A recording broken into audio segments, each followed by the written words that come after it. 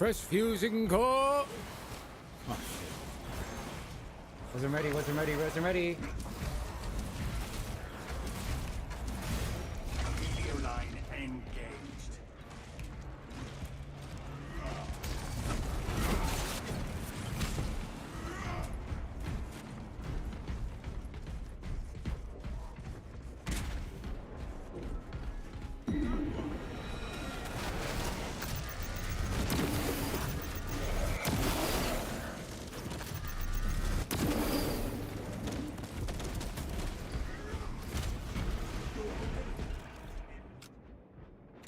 To be remembered in death is the reward of a life well spent. Scanning sarcophagus. To be remembered in death By order of the Holy Inquisition. is a Resuming reminder search. of a life well spent. Equipment supplied. Aww. Evaluating sarcophagus. Interred remains slumber in peaceful rest. Oh shit. Subject does not meet required parameters. Restarting search.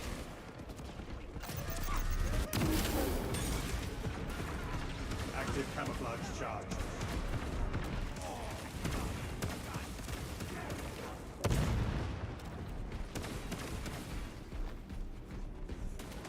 Could prove useful.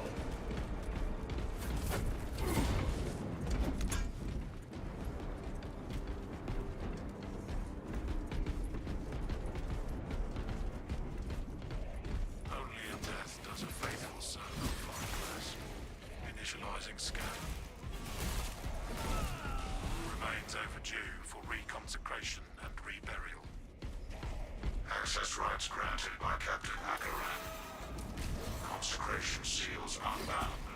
The way opens. Rally to the console so we may pass through the tombs. Rally to the...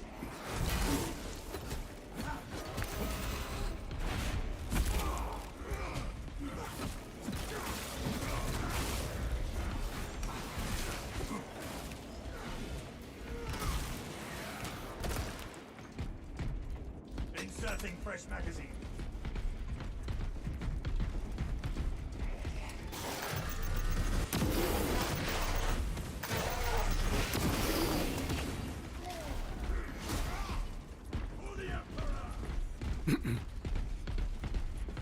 Castle out.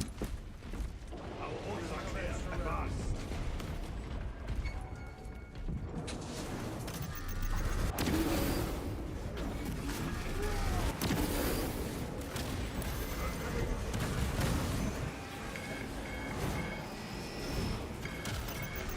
Escort that demon.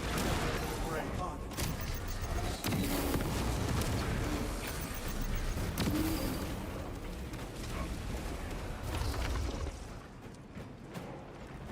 Heretic trooper sighted.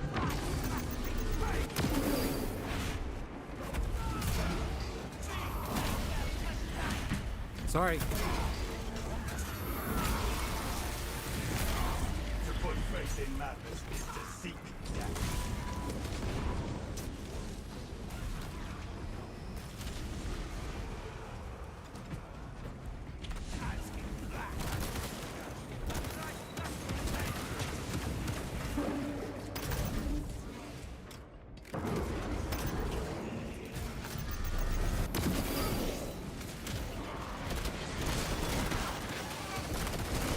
Readying next volley.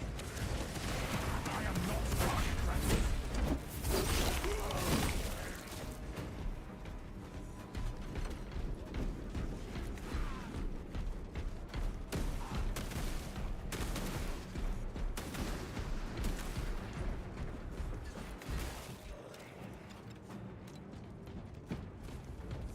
Rendezvous on my mark. Camelio line cloak ready.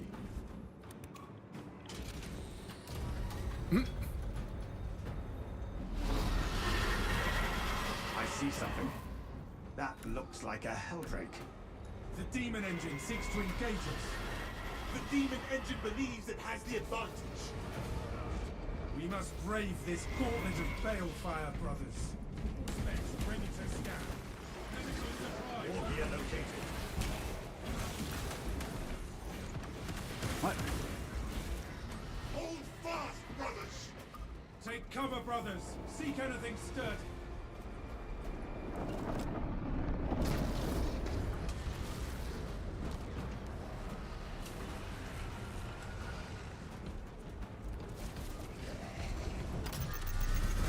Oops. Defending my walls. I am a bat. Hold fast, brothers! It divides us with balefire barriers.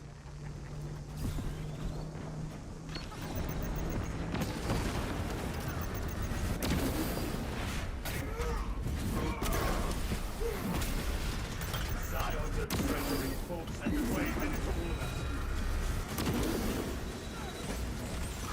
It is on an attack vector! The Helldrake readies an infernal blast.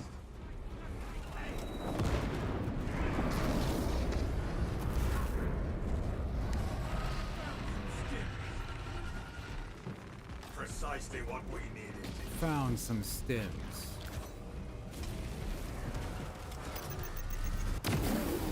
Helldrake on approach! Eyes on the attack, brothers.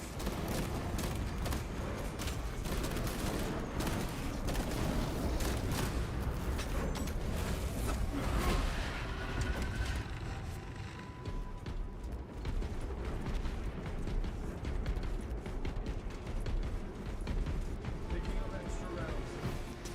Take cover! It seeks to devastate the area.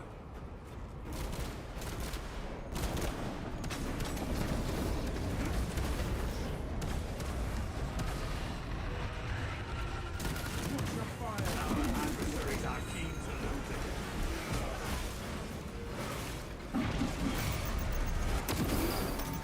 It comes around for another pass.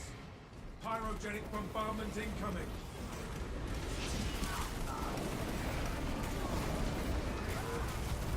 May Harrier. But we're not daunted by such a knack, are we, brothers? This is super shitty.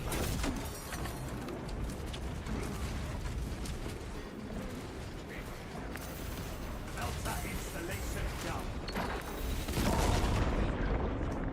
Avenge my death, my brothers. Find strength, brother. Oh You shit. have my gratitude.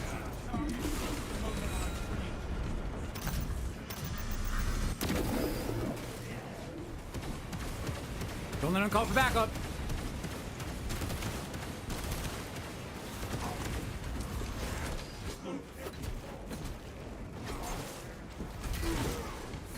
Harry. Reloading.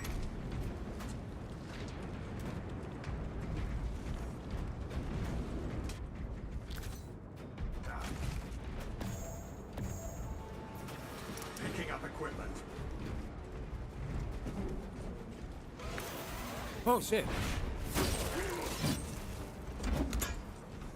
How do we get over there? Line cloak activated. Replenishing vitality.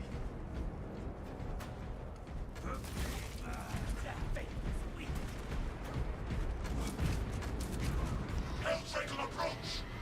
Put anything between yourselves and the Helldrake's attack.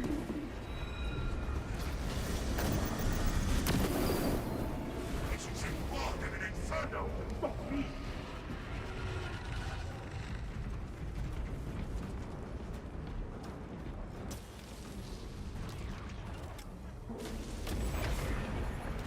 The Helldrake lines us up for a shot. The Helldrake readies an infernal blast!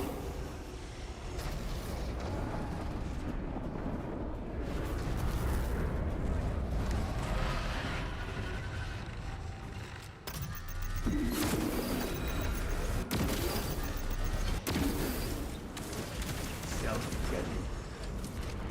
Hold fast, brothers! Warp flame incoming.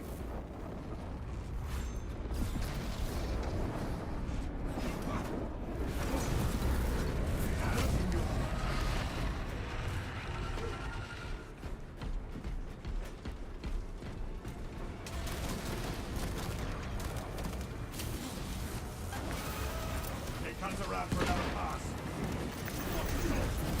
Down!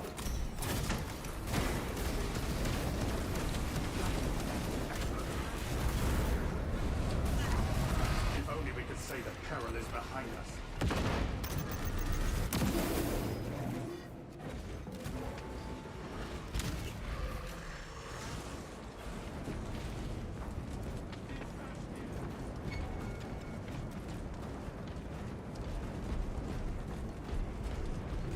For the Emperor! Waste nothing, brothers. Resources at once. Round three out.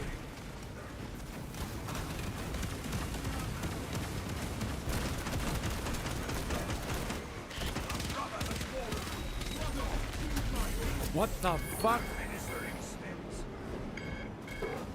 Nothing an apothecary cannot heal. Confirmed. Changing magazine.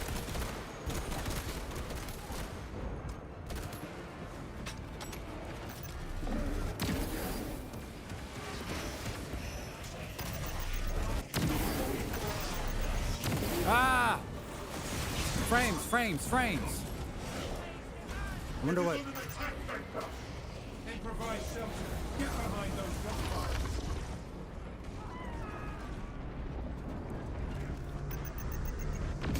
Oh shit happened.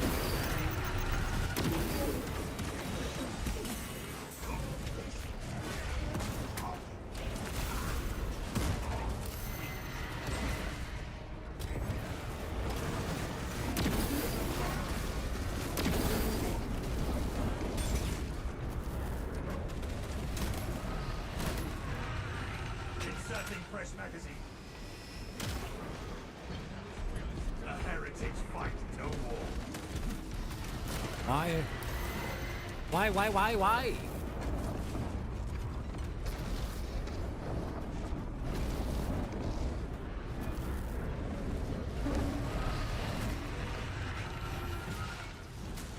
It's running extra. Extra. Read all about it right now. It is on an attack vector. Pyrogenic bombardment incoming. For no reason. Maybe it's the map. Oh shit. The beast shall suffer for this. Oh. Wait, what?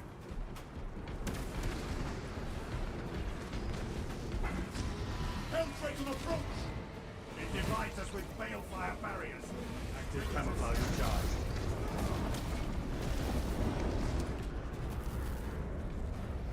Sorcery, claws of my senses.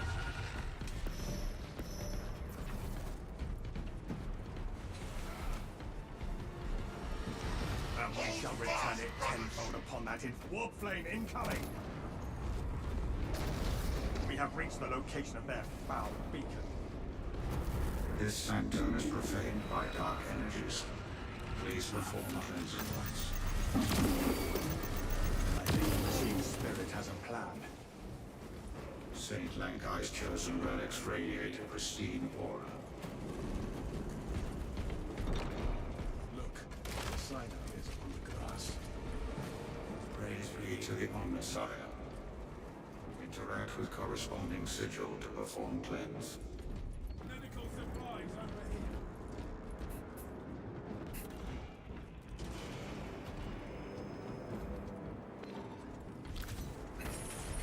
Stims functioning.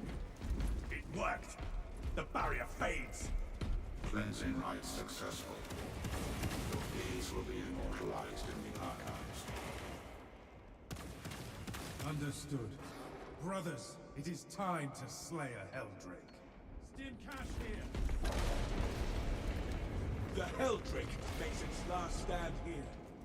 Use every tactic to slay the beast.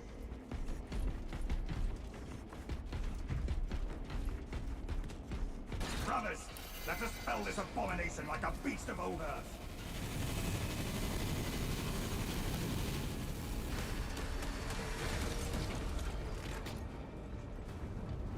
Slay the damn carriers. Our boats do not even use scuff marks. mankind's relics were known to stay off.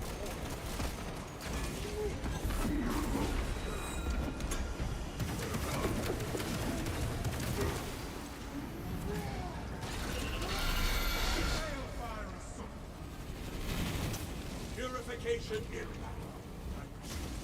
Fuck.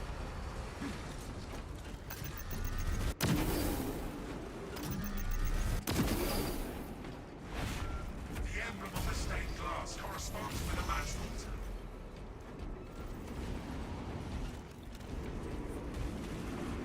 The Helldrake is once again impervious. That's Incoming Helldrake attack.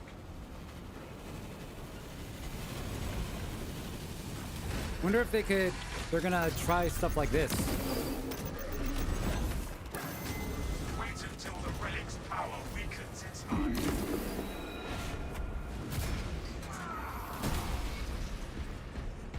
symbol linked with our intention. Focus now on repairs. The Helldrake lashes out at us.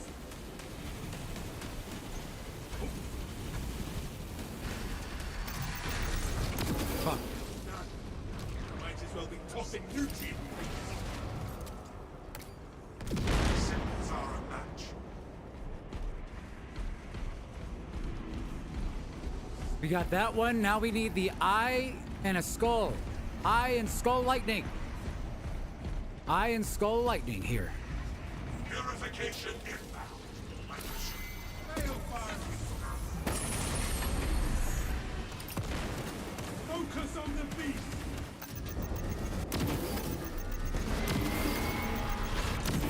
I do not think my Bro. bolt so much as annoyed a beast.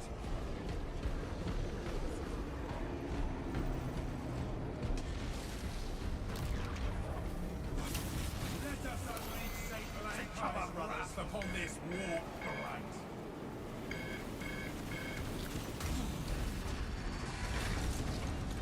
Stims injected. Skull. Unsimulized quite target. We must beseech the Saints' aid, brothers. Skull and hammer. The Helldrake lashes out at us. Now we must survive until the relics activate. Saint Mankind's relics have rendered the Helldrake frail. That last shot was all me.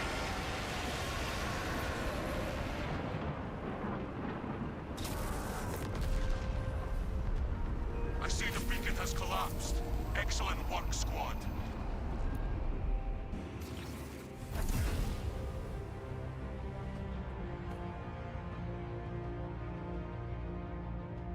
All right.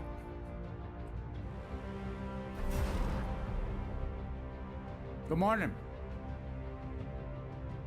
Top of the morning.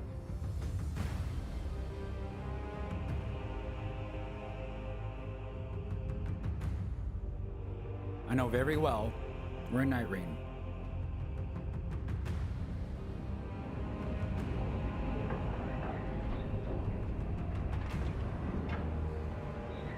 I've been hearing a few concerning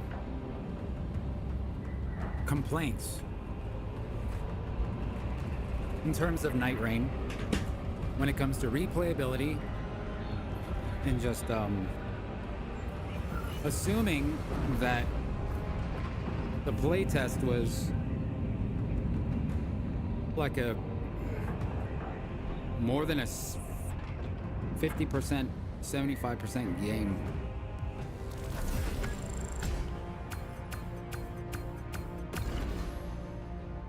Questioning its like replayability, which is, I suppose, always a thing in terms of how snappy things are nowadays. Can't just be like content with Minesweeper, Snake, and Solitaire. I wonder what the forums were like back then. When's the next patch notes, updates, and replayability complaints? Meanwhile, every single console's Windows 1, 2, and 3 always had the free to play bangers.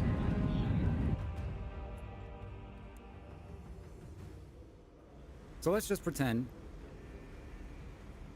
that Nightreign's a little bit more full. Just finishing a mission, right? Not 1 day, 2 day, 3 day. No roguelite really necessary. Let's see what Nightreign has potentially in the back pocket when it, and if they don't, maybe inspiration. You have preset classes that go in and do things, right? The classes I'm typically playing right now is, whoa.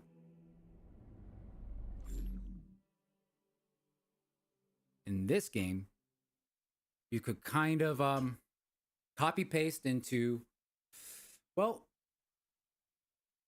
anything like that. Hero shooter, Vermintide,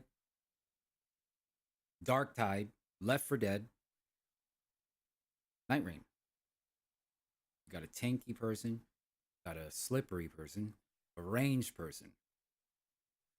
And in every single one of those games, what was in those that wasn't in Nightreign? And would it be in Nightreign? I don't see why not.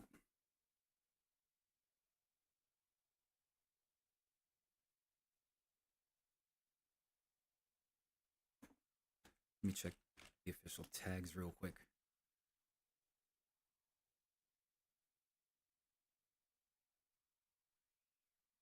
The class we just played in Warhammer language is Sniper. Right? Nightreign language, Duchess.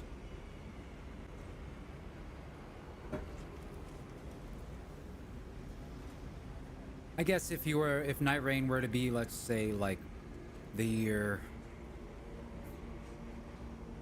17,000 in a parallel universe, yeah, sure, 40K. Do the math years later. Roguelite, Souls-like. Roguelite, Souls-like. Got it. I wanted to make sure Roguelite was in there, because people started to make me doubt. I had to really check myself. Do they have the definition of Souls-like in here? When you die, you gotta pick up souls. Okay, okay. Single player. What, really? Single player?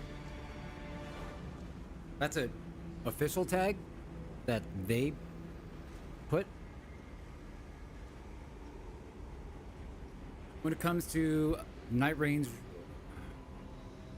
rogueliteness, I do see Hades too.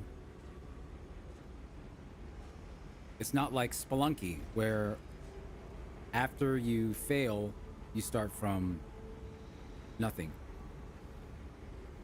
Per run. But even Spelunky has like a persistent progression in terms of not so much the run itself, because you're always going to be zero. You got to go to hero, 0 to hero.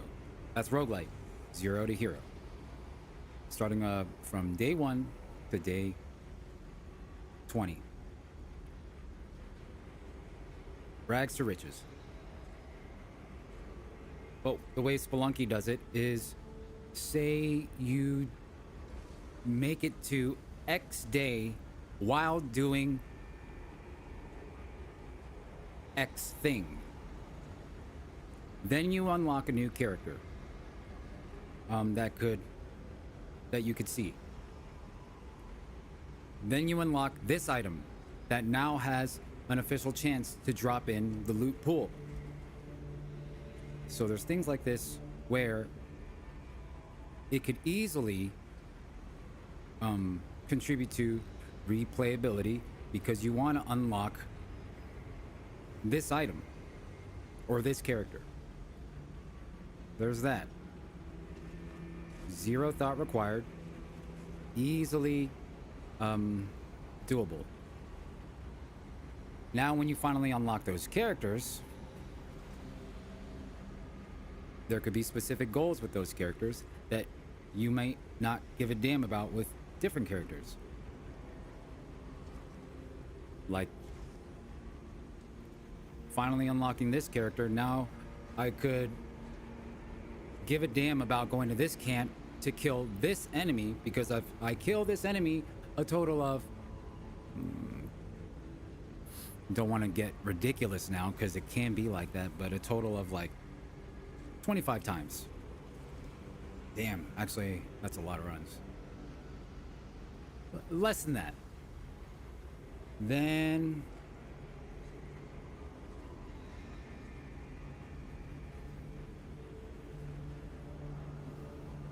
just use your imagination, man. We did see the currency, right? You saw the currency that you weren't allowed to spend anywhere?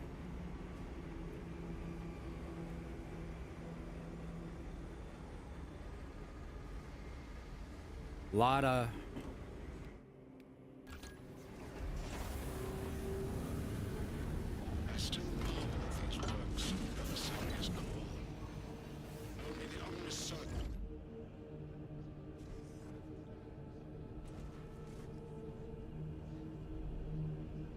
yeah, there's a lot. There's actually so much that I'm surprised with some of the takes that I hear. There's mention and none of it. It's like they... And I wouldn't really care if it... I wouldn't really care what a lot of like what used to be journalists were saying, but there's like been a trickle down from like journalists saying things, laughing at it, and then content creators saying it, laughing at it, and then it affects the Steam charts and the Steam reviews, still laughing at it, and then going to my immediate circle and just bad takes affecting my community and their opinions. Wouldn't care otherwise, but now it's starting to step on my toes a little bit.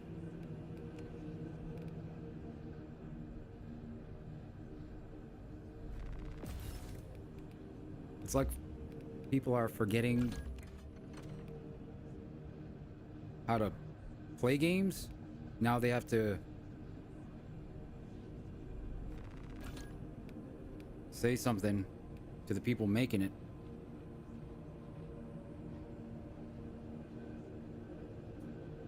You kind of saw it a little bit with Kingdom Come 2 Deliverance. People forgot how to like play slow burn RPG because they were so used to like instant gratification, dopamine spam.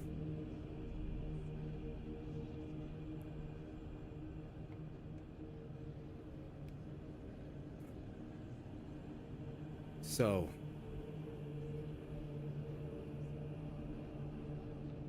let's talk about what they could do with that maybe you should keep in mind for Nightreign. Here we're looking at our characters' specific classes. Yeah, when you go drop into Nightreign, anybody could pick up this sword or that sword, but what about the specific abilities? Are those abilities always just going to be bare bones peanut butter and jelly, that's what you get? Or is it going to be more like a pizza, where over time, as you play this character over and over, there's going to be levels. There's going to be prestige, because let's be honest, there's not a lot to choose from for now. But this is a safe assumption that steps on nobody's toes. Let's pretend that it's not a lot of characters. Then you have the introduction of leveling up and prestiging. And it's going to affect, you know, maybe they could do some things like the way your move looks or the way the grapple looks. Yes, 0.5 seconds of glory, but still. This is the Duchess. She's evolved from daggers to, well, thanks to technology, magic, and science. Sniper. What are her abilities? The rewind. Could rewind ever... I wonder if rewind's ever gonna get, like, toned down in a way where the version of rewind we're using, or the version of all the abilities we're using, were actually, like, leveled up versions. They could do that. Or have a way for it to be, like... you know,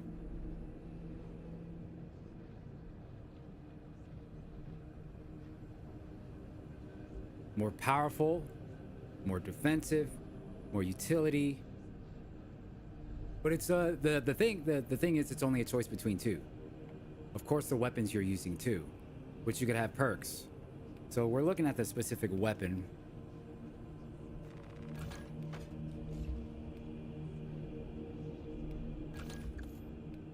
But then perks. Perk tree.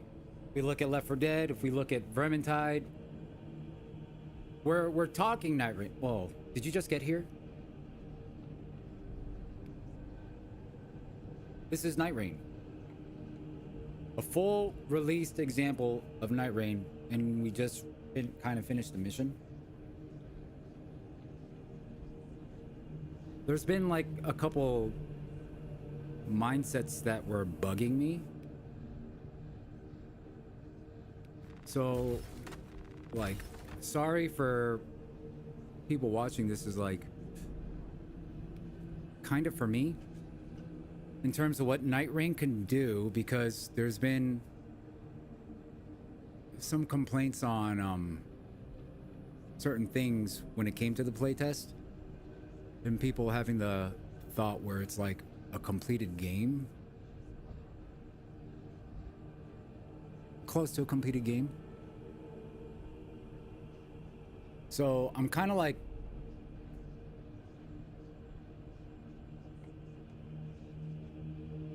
putting a little bit of thought into things that they could do, potentially have already done,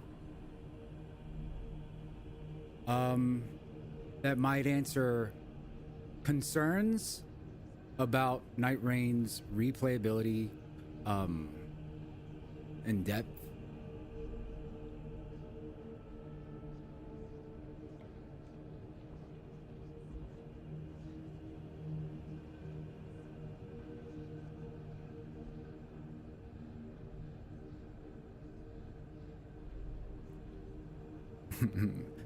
Hell nah. Left 4 Dead and Darktide all have skill trees, right? When it comes to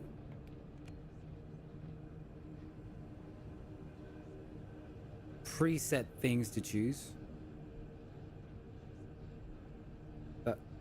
I heard that was another complaint where preset, they wish that it wasn't like preset characters you could pick, but rather like things that they can make themselves, which I wonder if how easily they could add. What is the one class that is basically nothing? What are you playing? This is Nightreign, 40k.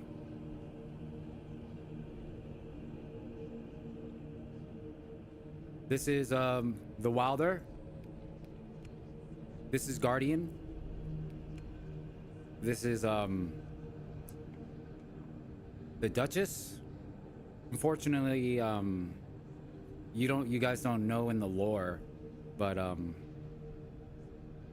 the Recluse kind of died for mankind. Potential spoiler alert, my bad.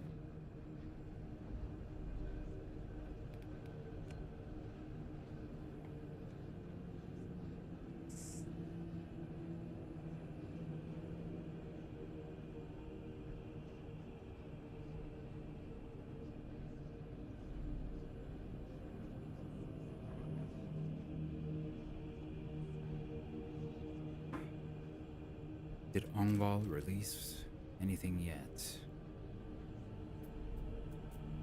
Still nothing? I don't believe.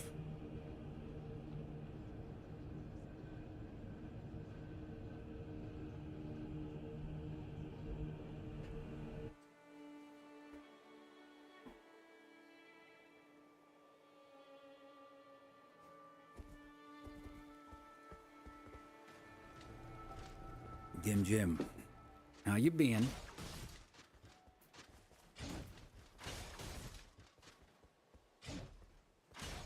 Are there any concerns? Are there any concerns or just people rubbing their chin about Nightreign?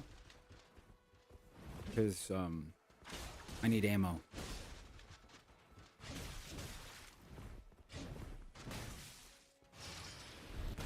I require more mana. Ultimate art and ability. We didn't see a perk tree. A perk tree.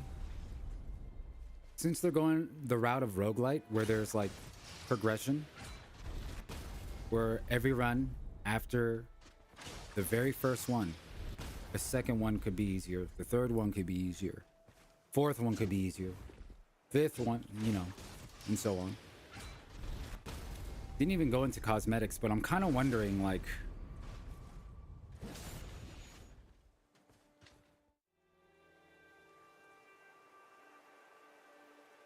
yeah, actually, I could see it easily with the Guardian. You got this Guardian, the default skin and everything. But, like, how do you know if a Guardian on your team just got the game or has successfully completed runs 50 times or something? So there could be like visual things and goals to go for.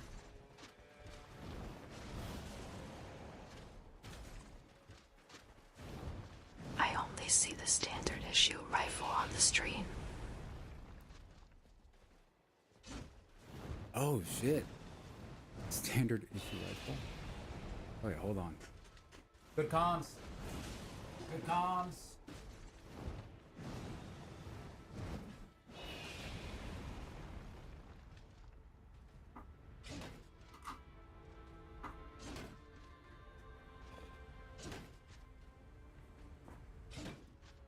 Wait, what the hell?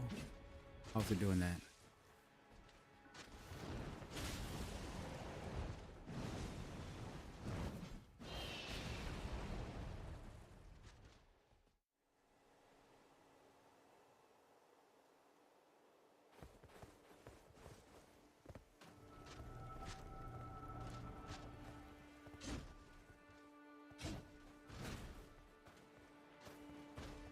What will we do without you?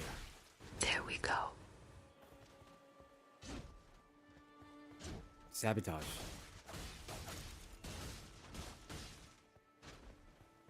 A potential cyber attack.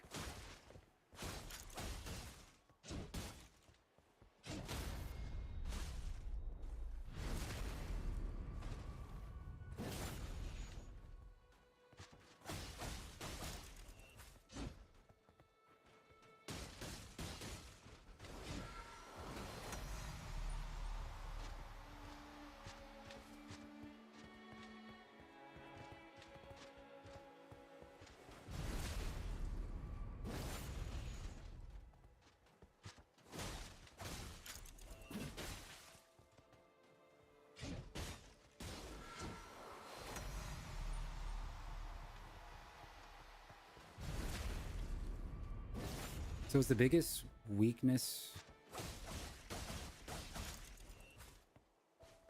that every FromSoft game has to deal with is connectivity related? Never really the game, but it's more of like connectivity issue, right?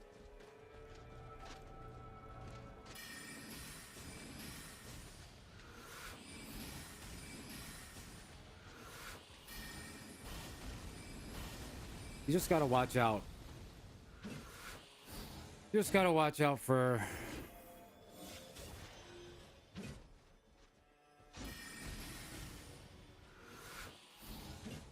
like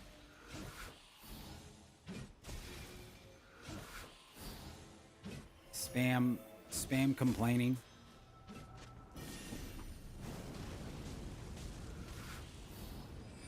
From some of these gamers while they're over here trying to cook.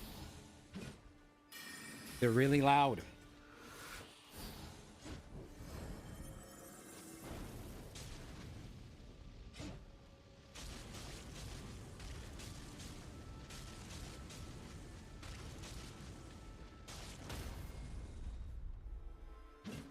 The sword game? I don't think you even played Elden Ring. If you haven't played Elden Ring, then maybe not Nightreign. But I think your fortune teller was talking about Kingdom Come Deliverance too.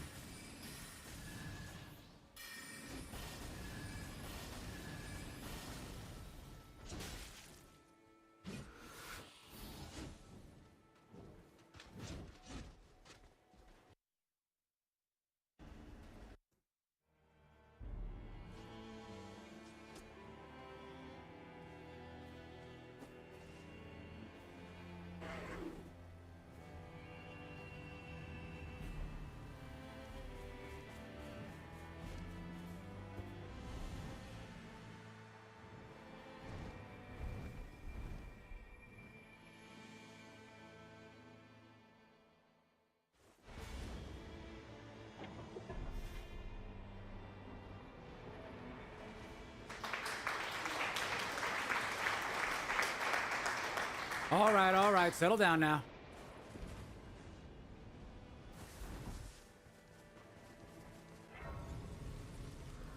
Briggs.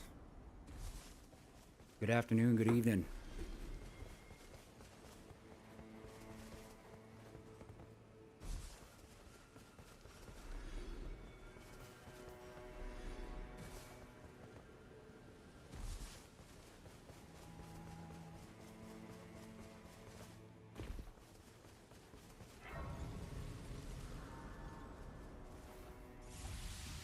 If I make another YouTube video, it's gonna be like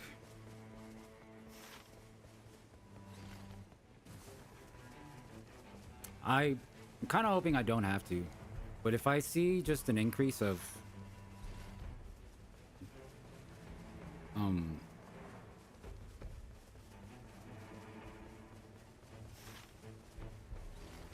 opinions that are on the side I don't disagree with, that might affect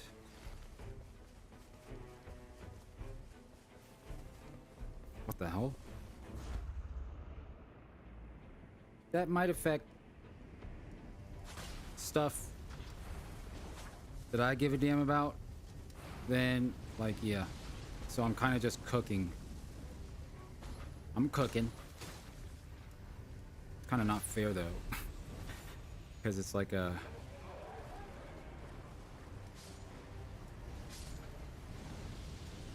on one side you have, like I said yesterday,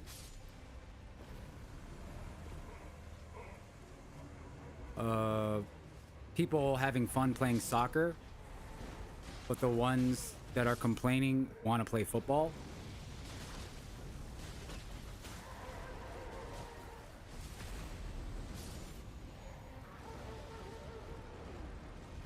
And what the game is during the playtest, which is like a lot of, it's like the idea of, it's like not Elden Ring 2. It's a standalone separate thing. Roguelike. And whatever other genre that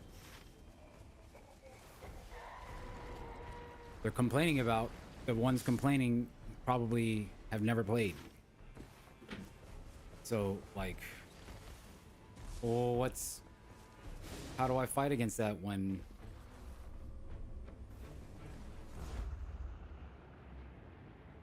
the game isn't finished?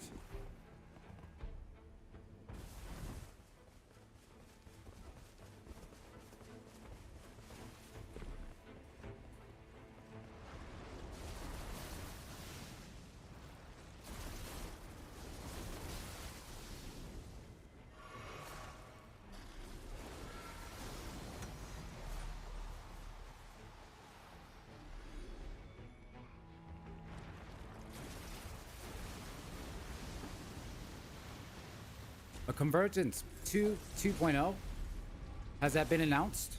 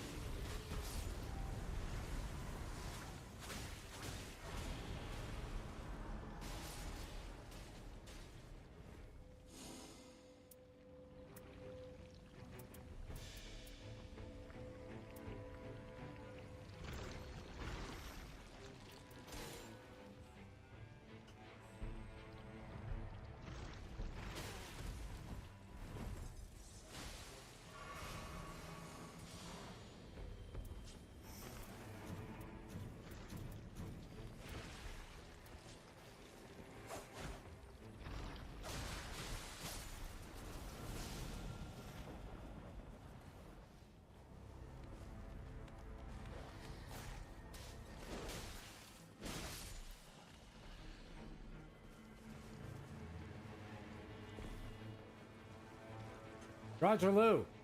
Yo, what up?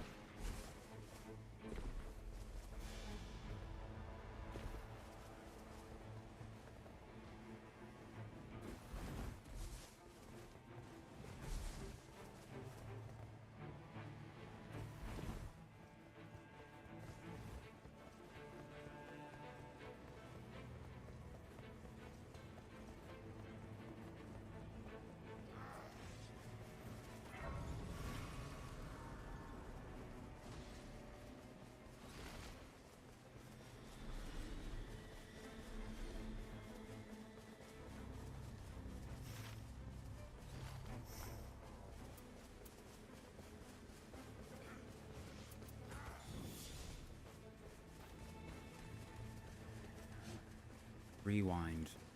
Interesting.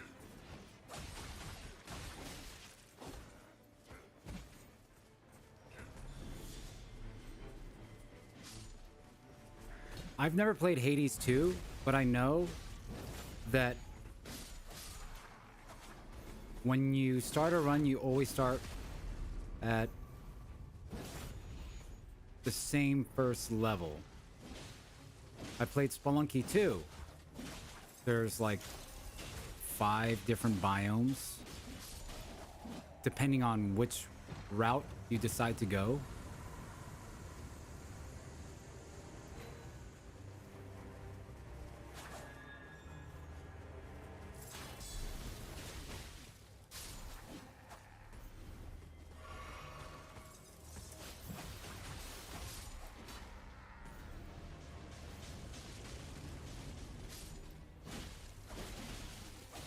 And with basic game sense,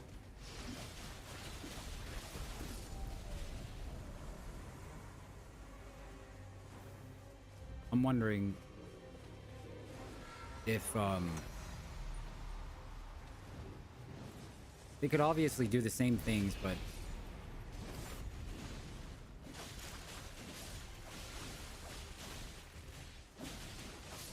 trying to watch and talk at the same time. Do you think the abilities are maxed? If there's progression and you get all these drops,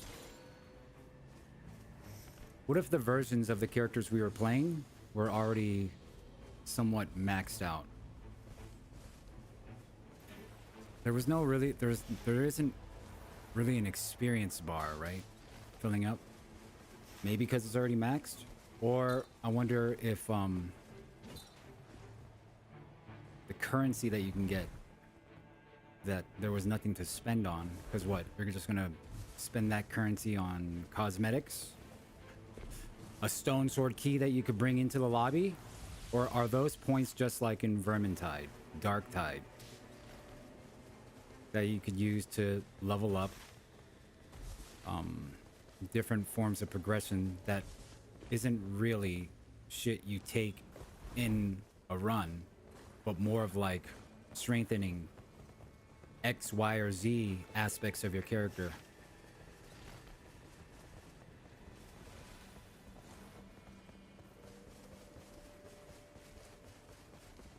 Either or is good.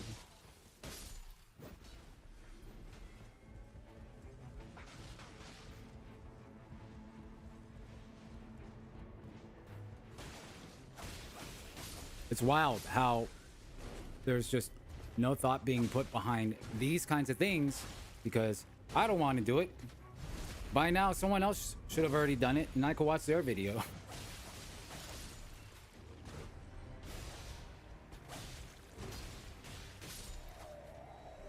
Sit. Like, where is the video that has a spreadsheet data mine of all the items that were available during the test, so I could start theory crafting my approach to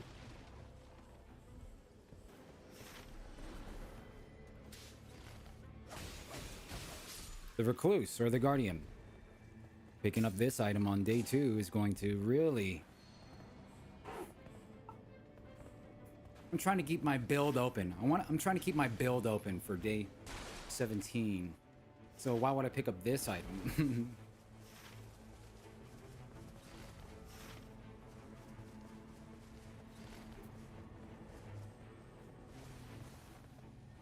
Did you just say sit? Yes, ma'am.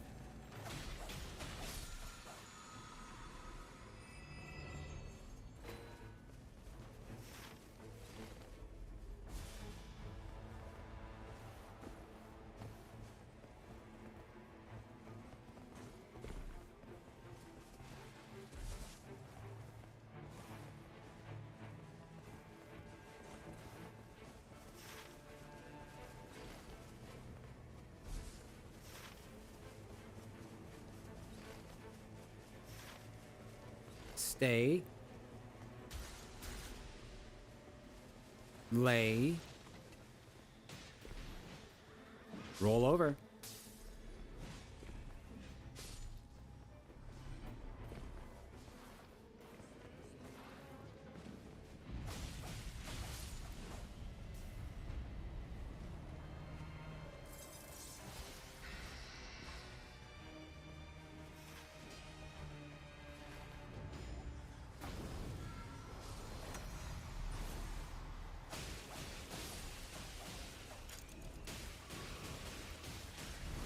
If you're like...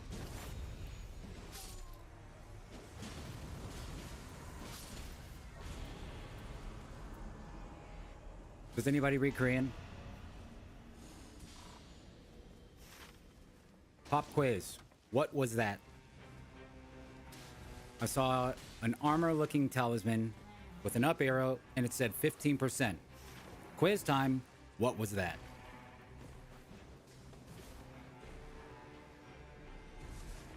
Is it difficult? I mean, at first it is. If you've never played Elden Ring, yeah, it's going to be difficult.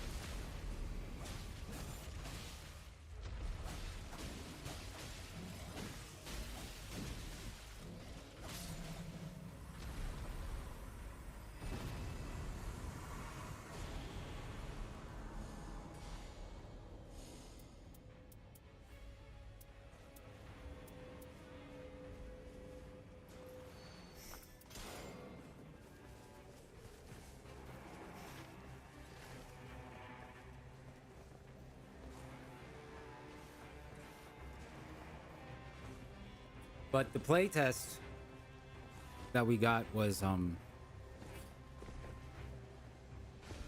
after a little bit of time. After a little bit of time, game sense, and knowledge, it's fairly easy.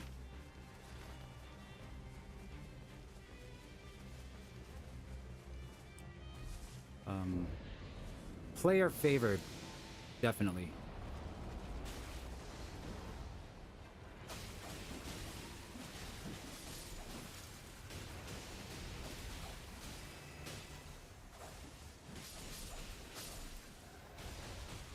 Why is the game in Korean language? Because the individual I'm spectating right now is Korean. Don't get it twisted. This is not me playing.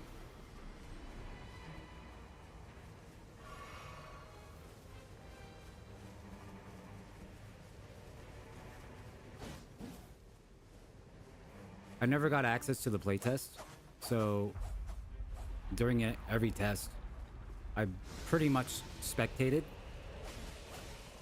I will say, out of all the videos I've watched, this is the best playthrough I'm showing.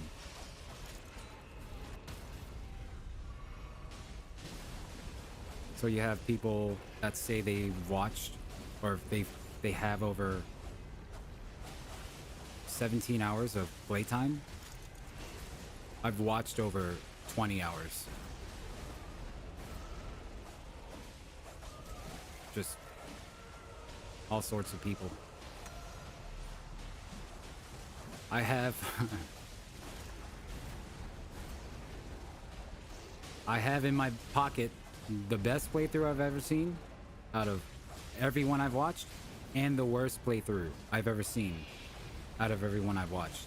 That's completed up to day 3.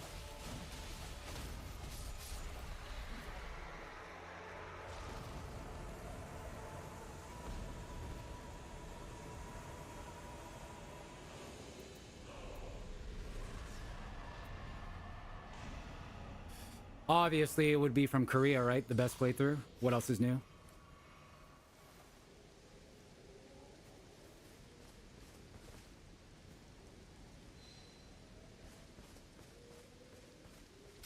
These guys aren't in Discord. Look at the spam pings. 8 p.m. Obviously 300 if this is StarCraft.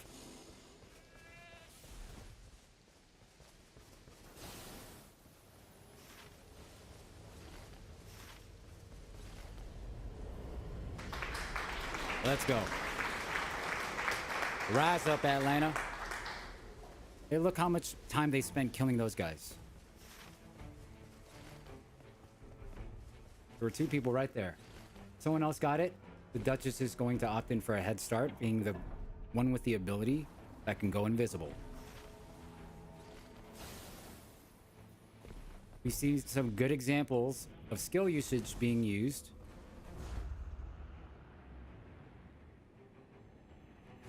Day 1 in the Blood Fortress, the Duchess that we're spectating made sure to be separate and far ahead from their allies so that they could instantly pop their ultimate ability at the start of the fight and be far enough away from their teammate, because the boss at the Blood Fortress doesn't spawn if everyone's invisible. So trailing were their allies coming in shortly after, while the Duchess is already standing behind or ready to get behind the boss that spawned when the allies entered. Got a backstab. Attack, attack, attack, rewind. Turning a fairly difficult day 1 fight that could last up to 3 minutes into an easy 15 seconds.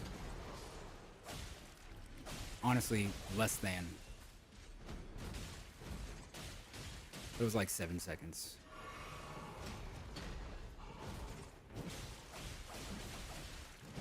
That was just one example.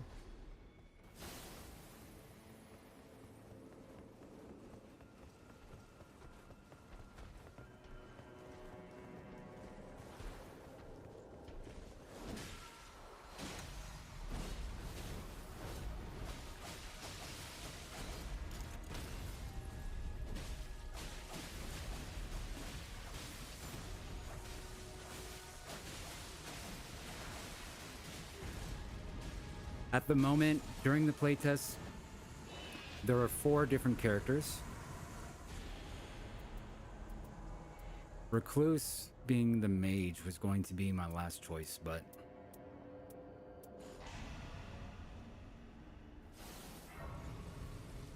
now I kind of like want to play it first. But when we add in thought, when we put thought into other things that will come with playtime,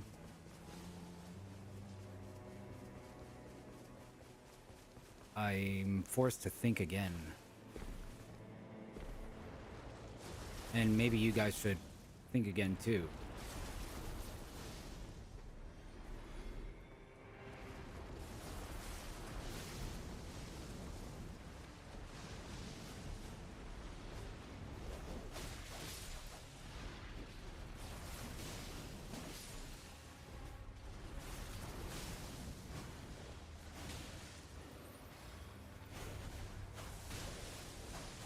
If there are going to be if there are going to be unlocks, right? Depending on success rate or types of enemies killed. You got to keep that in mind. If there's going to be permanent progression, that's not just the stones you get at the end of the map, at the end of a run, but like EXP that could go into cosmetics or perks. Who knows? The versions of the ultimate and our ability might be buffed. That cooldown that you got to enjoy. I love this butt slam rewind, by the way, for stagger.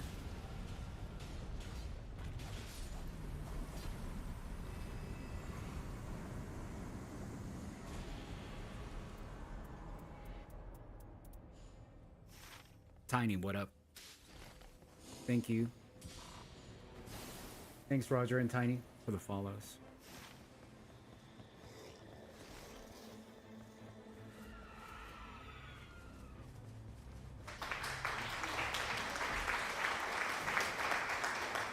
All right, all right. Boss can be controlled by a player. What? Oh, wait. Good one. Get some Left 4 Dead 2 PvP. There's no invades, but hey, who knows? Who freaking knows, man? That's a stretch. I mean, it would have to be like maybe a separate game mode where right now it's not linear. Right? It's not like a round in Space Marines 2 or Darktide, Vermintide, Left 4 Dead. It's not they have to go through. They could do that if it's a separate game mode only revolving around the dungeons.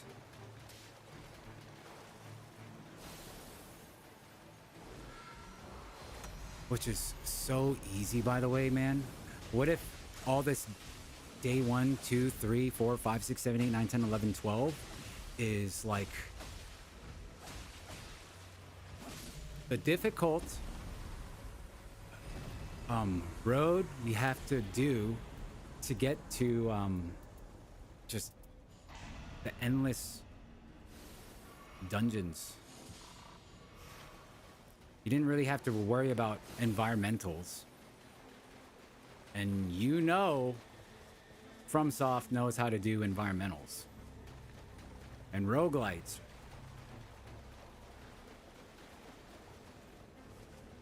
The most environmentals, I think, FromSoft and you guys had to deal with were this fall damage. Fall damage is normal for the roguelite connoisseurs like myself. But the traps, stole that. Yeah, that's, let's not give him any ideas. Hold on.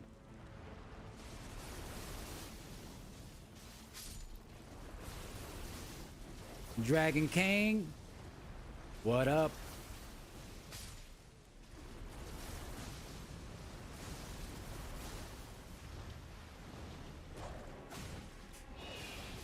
Have the look at this.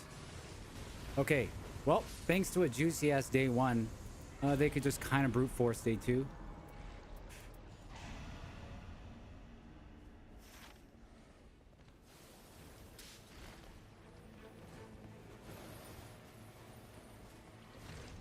In terms of speed,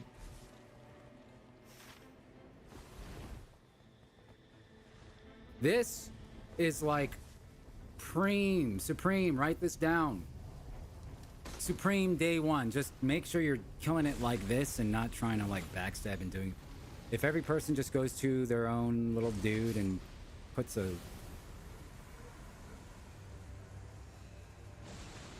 instant, just it's only as fast as you can walk. The hardest part is figuring out where it's going to spawn. Is it the last person killed or the first person?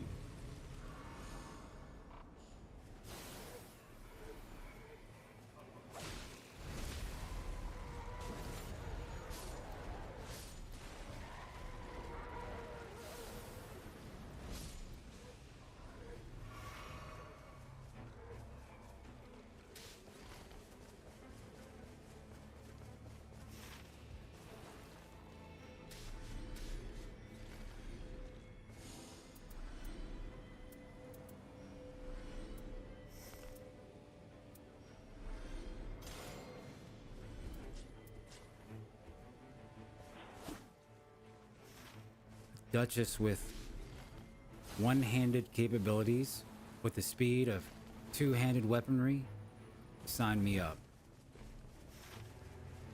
Keeping in mind good communication pings, there's a lot of things going on potentially in your ally's head. So him pinging where to find the loot there, who knows? Somebody might have walked away forgetting.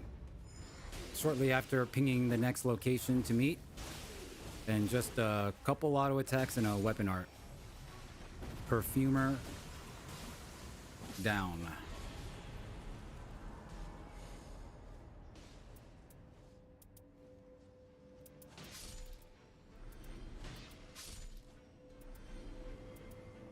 Any questions or concerns?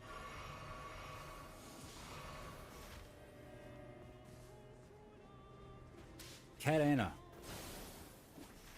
Thank you so much.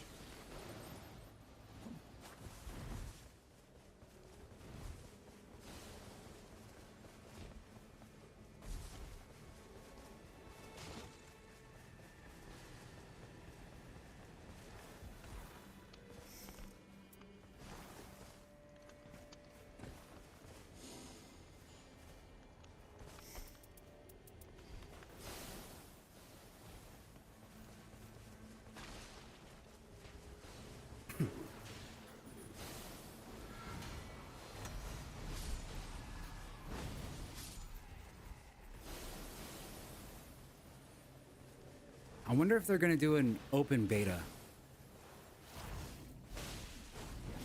This is like, is this kind of like the first time where you have like some of your favorite content creators or something doubt the FromSoft product?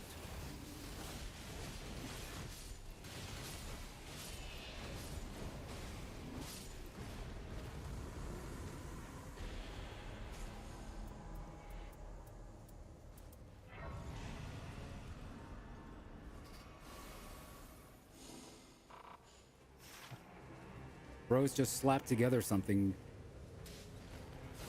not trying to show their hand. Testing network, but if their PC side is good and they're not even trying to let us test it, fine. Fine.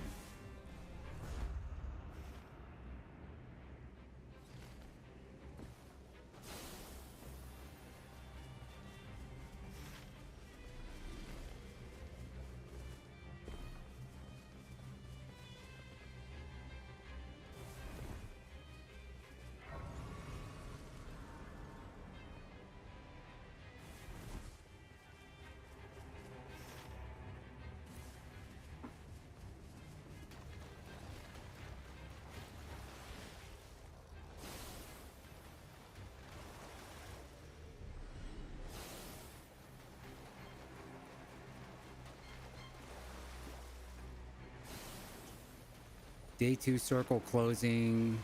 Not really anything to go to. This is the first time they're kind of just standing still and waiting. It's the first time. Oh, nice log.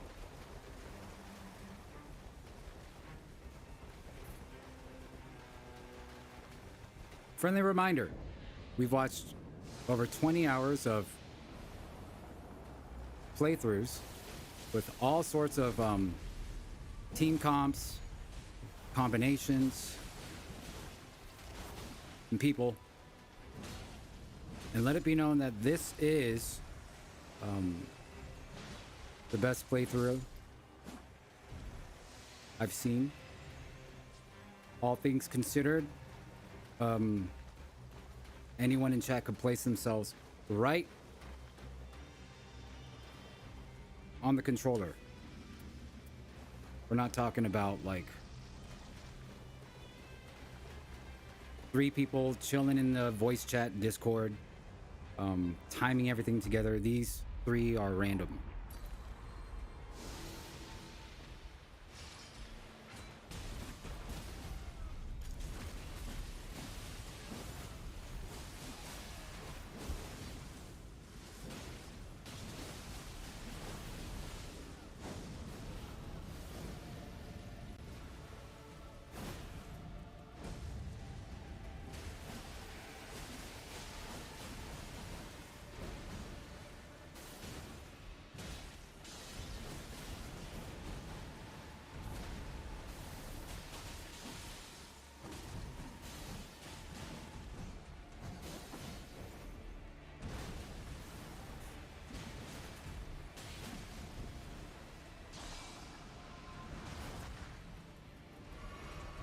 And with the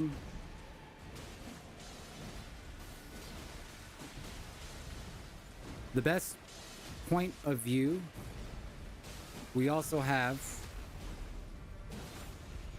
the worst point of view that you can get away with and still win.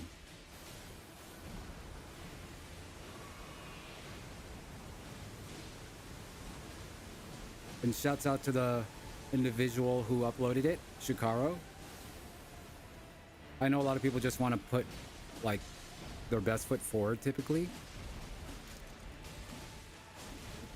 But luckily, an individual shared just, I guess, the experience.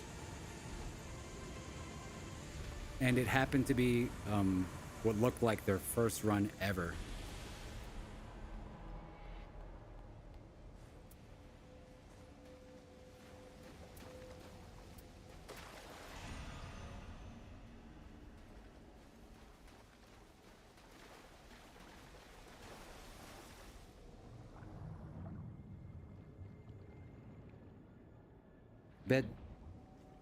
Bed, did you just get here? Sorry in advance for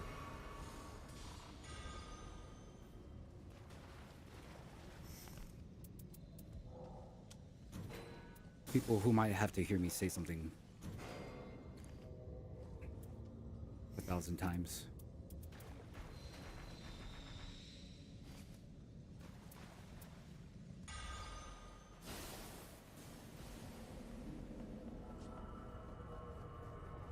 Ah, yes, you just got here.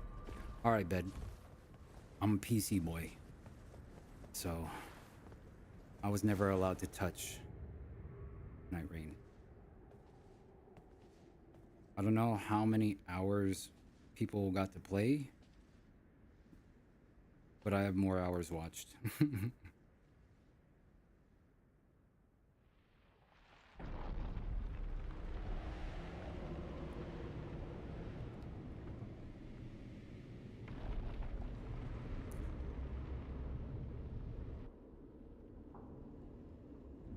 So, no, this isn't me playing.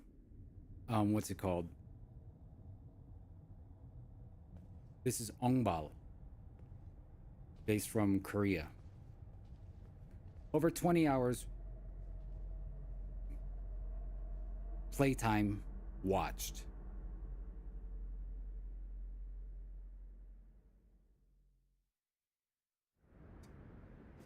So, with that being said, out of everyone I watched,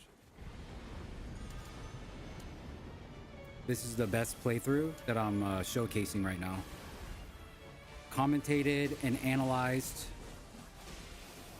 and compared it to the average run that's made it to day 3 and 1 and the worst run making it to day 3 and run.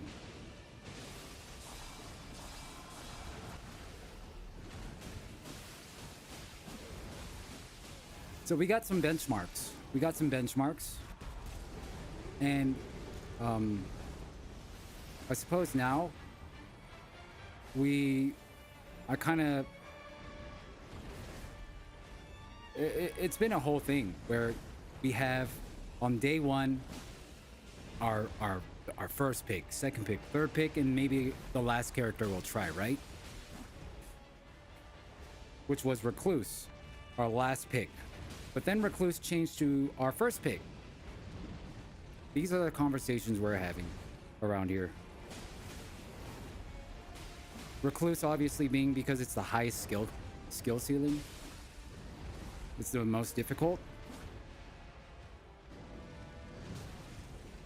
But as the playtest ended, there's been some doubt. And I guess with that doubt is going to come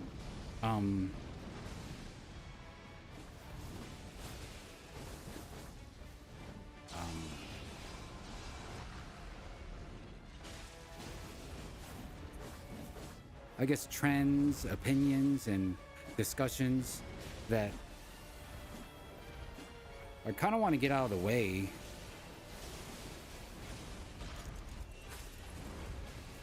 Because I'm trying to have other conversations.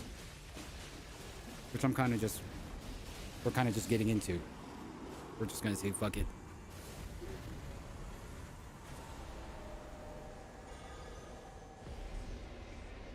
Nice.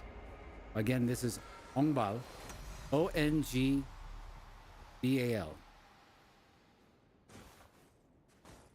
Right here. Do you guys want to see the worst run? I'm not going to say it's pleasant, but at least it's good to know. The worst run involved the individuals spending the entirety of day 1 on the easiest camp. And using their abilities, ultimate and ability, total as a group, which felt like a total of no more than 10 times in the entire run. Ability and ult combined as a group, making it to day 3 and winning. They used their abilities combined no more than 10 times and won. I will say I haven't seen the Nameless King.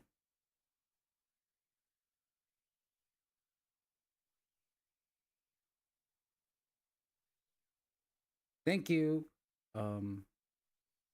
Derevan 88.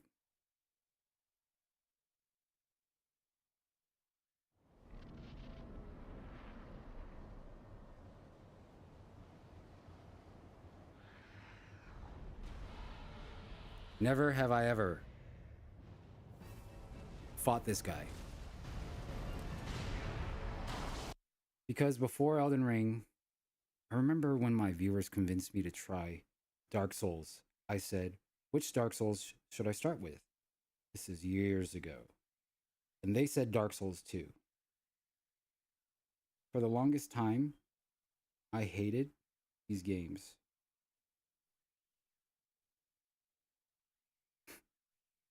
I think my saying was, because I remember just going in the wrong direction constantly, and because I got the most amount of souls, right? The most amount of souls.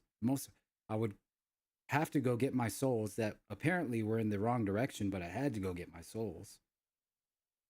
And I was just like, so when does the fun start? When does the fun start? I think I gave up and uninstalled during Ornstein, that boss fight. and didn't revisit in a long time.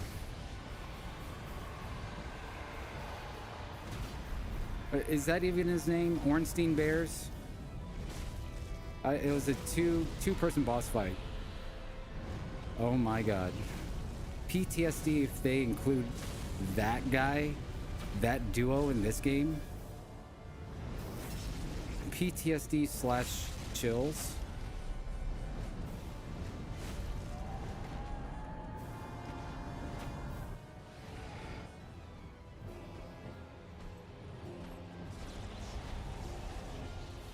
He gonna be like, remember me?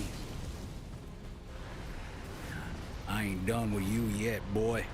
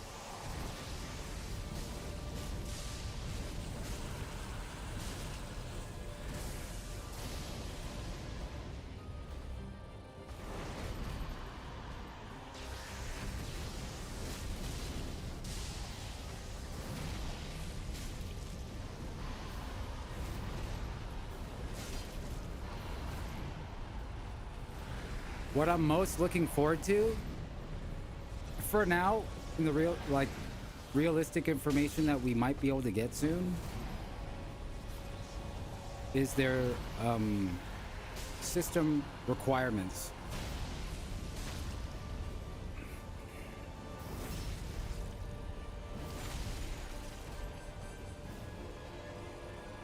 The playtest was 10 gigabytes. So I bothered to check what their system requirements were on Steam after people started to say, oh, I'm worried about their replayability. Oh, I feel like it's gonna get repetitive real quick. I was just like, well, time to see how big it's, like, what are they talking about? How big it's gonna be? They don't have that yet.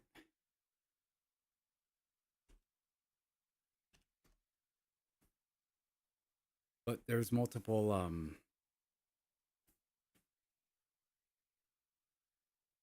biomes, right?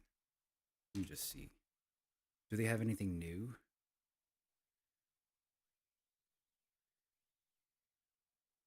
Latest. Oh god. Official pre-order? 7 days ago? Wait, isn't this just the trailer again?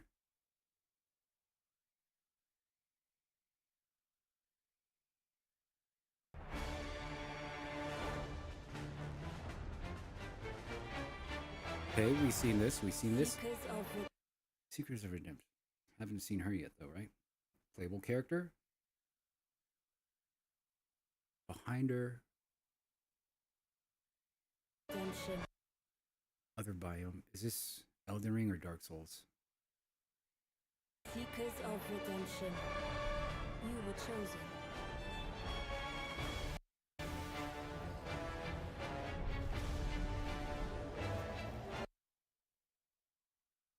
Jail fight.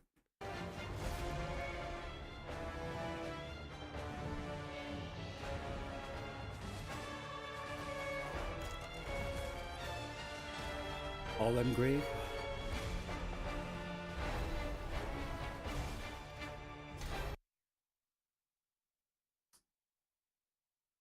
So this is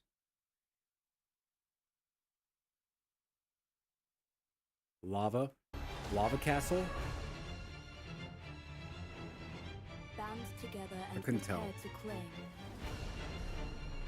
the life of the Night Lord. If I were to put my money on anything, though, yeah, there was nothing there, bruh. Next biome is... Wait, what? Could this be Game of the Year? Nice. Good tech.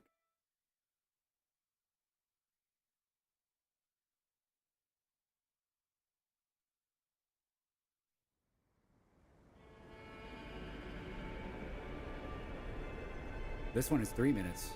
Hold on. Next biome is fire. Or is it all just going to be available depending on where you want to go, and the map is a lot smaller than what we got?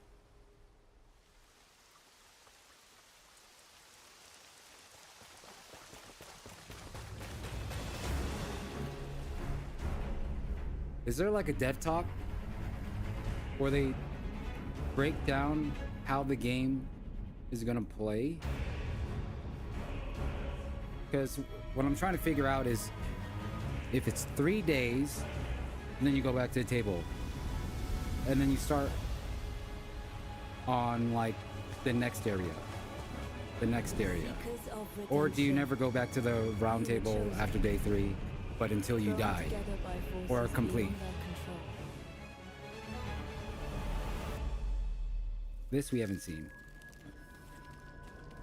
But again, is this somewhere you could potentially drop on day 1 and everything's just shuffled? Or like a traditional roguelike, the very easy to get to day 3 is like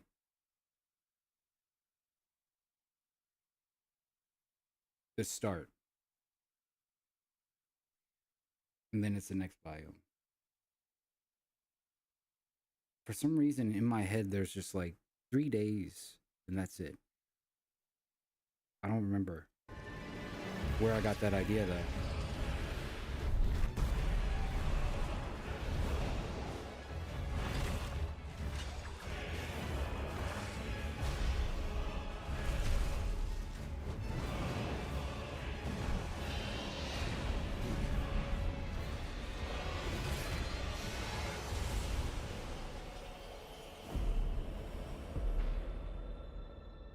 Tragedy must be averted.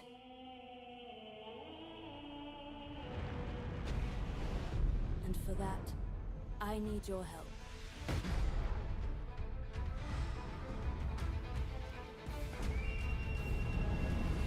Here. Stand tall. The night is far from over.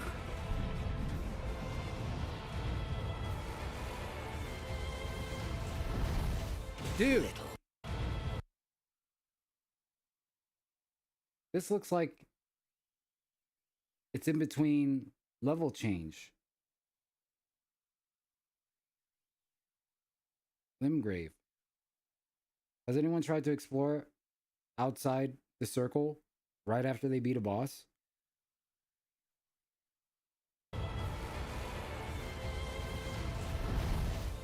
Little pillager. Has anyone tried to explore that fog? The smoke that clears when you go through the fire? Sacking the lands of gold. I will swat away any and all who dare approach.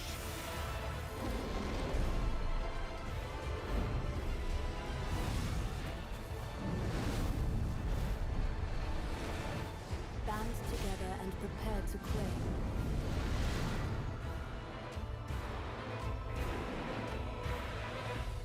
The life of the Night Lord. Mm-hmm. Okay.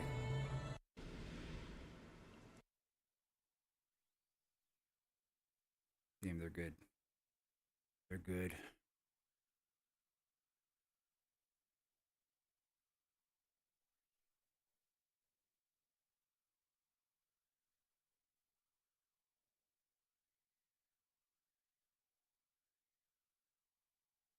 Not this.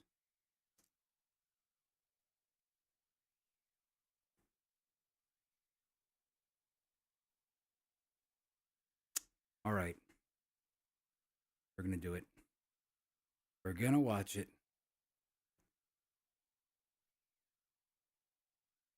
Where's our homie? Whoa, whoa, whoa, whoa. Everything we know? Maybe he has like a updated everything we know. He's good at it. He good at it.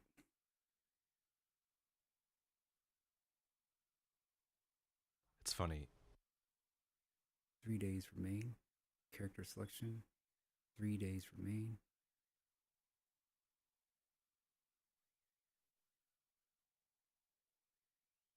In my first playthrough of Elden Ring, I distinctly remember reading this message left by another player.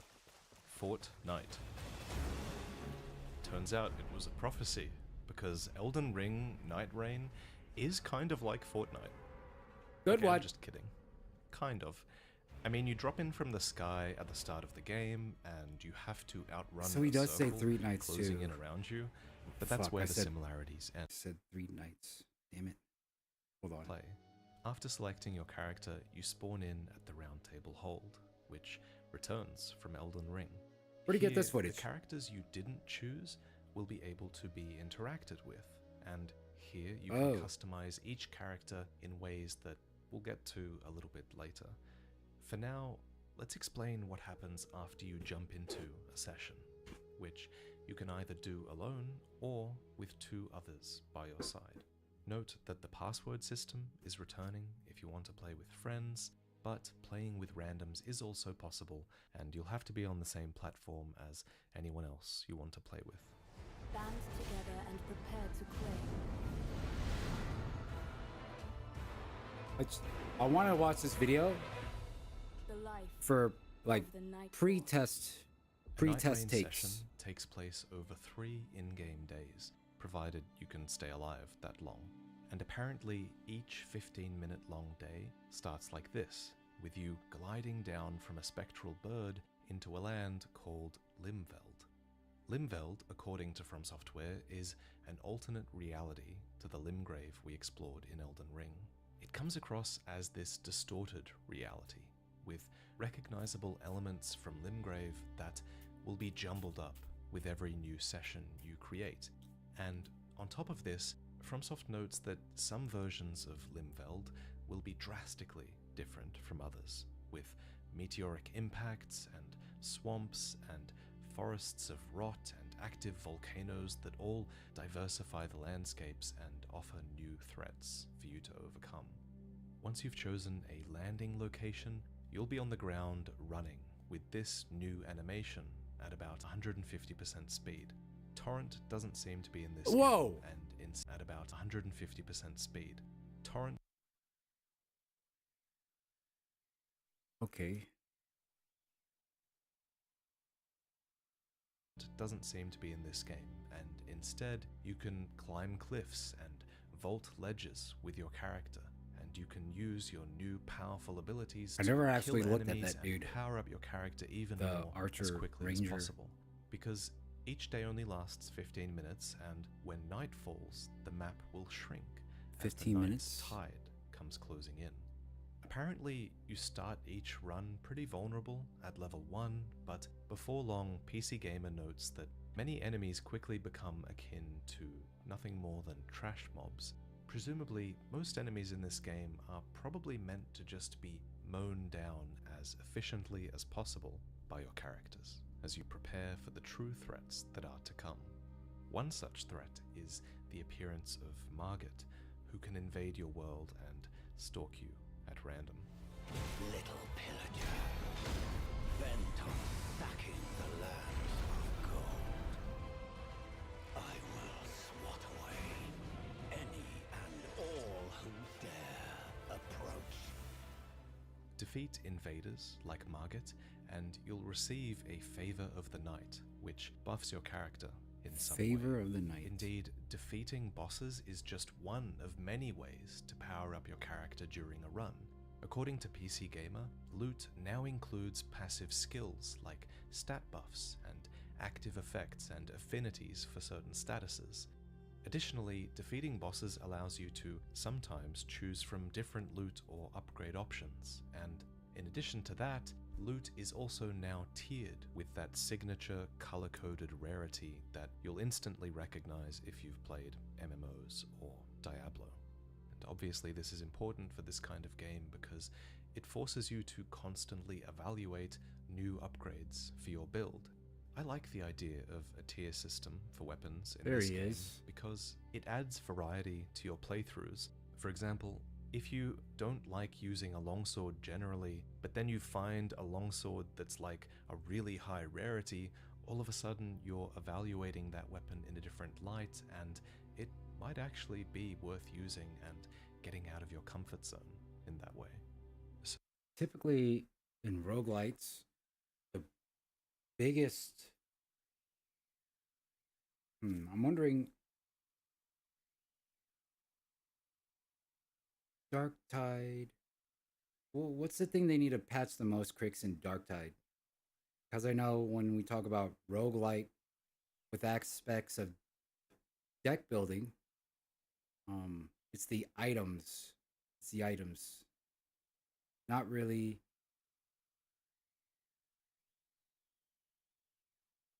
the NPCs. Which, by the way, I think were very sugar-coated in the playtest. So, while armor upgrades appear to be Bro, it absent has more. in favor What do you mean? of choosing different skins for your character instead, weapon upgrades Didn't they just come out with an update? We gotta revisit. Run. And the equipment But script to be fair, you got a lot of playtime. Like, you know. now apparently has been simplified to just 3 weapon slots for each hand. So that's 6 in total. What's worth noting though is that unlike in Elden Ring, there are no weight penalties or stat requirements for these weapons, so there's actually no downside to equipping 6 weapons. In fact, it's a really important thing to do because weapons actually now come with passive buffs as well, and these passive buffs will apply to your character even if they're simply equipped, and even if you don't meet the level requirement for a weapon, which is a requirement that some powerful weapons do have. Should you die in Nightreign, you'll be put into a downed state, where your teammates are actually encouraged to damage you in order to revive That's the thing about games From a like gameplay those. perspective, this is a really cool take on the revival mechanic, because it's usually a bit of a drag in other games. Unlike in other games where you have to stand still and revive someone, this allows you to make use of your character's weapons and unique arsenal and skills. What's more, you get the added bonus of being able to slap your friends silly for dying in a dumb way, which sounds kind of cathartic. If you die during the daytime, apparently you have the choice to respawn with a slight punishment to your character's level. But if it's night, you'll have no such option, and the Ring of Rain will be closing, and that will bring with it damage to those who get drenched. And at the ring's close, every day you'll be forced into a randomized boss fight with a challenging enemy that represents the end of that day. End of Die that here day. in the dark, and you'll be forced to rely on your fellow Nightfarers to revive you in the midst of combat.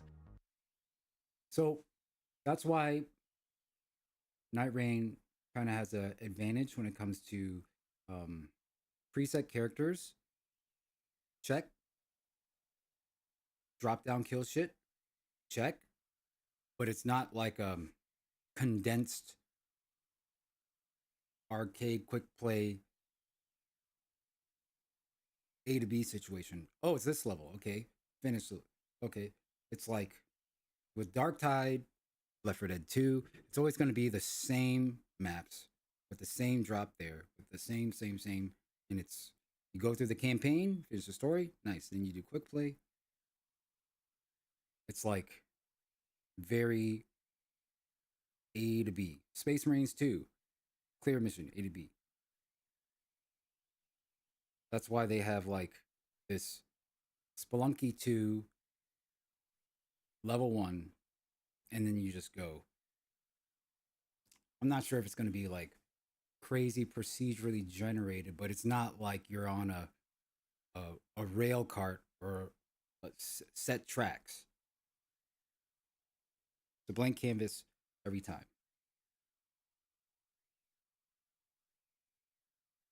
So with that being said, updates a lot easier. But when you want to add more maps, add more missions, see? That's like two things to juggle on top of an update. They just got a blank canvas, and you need that, it's coming. And a lot more free. All three of you lose your lives at any time, it's game over and it's back to the round table hold with you all. While It's a lot more most free to add everything shit. that you've collected is lost upon death, one thing is not, and that's a resource called Merc. Merc is a currency that persists between rounds, and it's able to be spent in the round table hold to buy character emotes, customizable skins, and most importantly, relics. Relics are a permanent attribute buff, and each character can slot in 3 relics that can tailor playstyles to your liking. IGN mentions that some relics allowed them to deal extra damage with throwing knives, and some relics boosted the damage that you do with a certain weapon type, which is cool because then you would go into each round hoping to get that weapon. PC Gamer notes that they found relics that allowed their healing flasks to also heal their allies, or relics that marked treasure for them on the map, or relics that made their critical attacks give extra runes.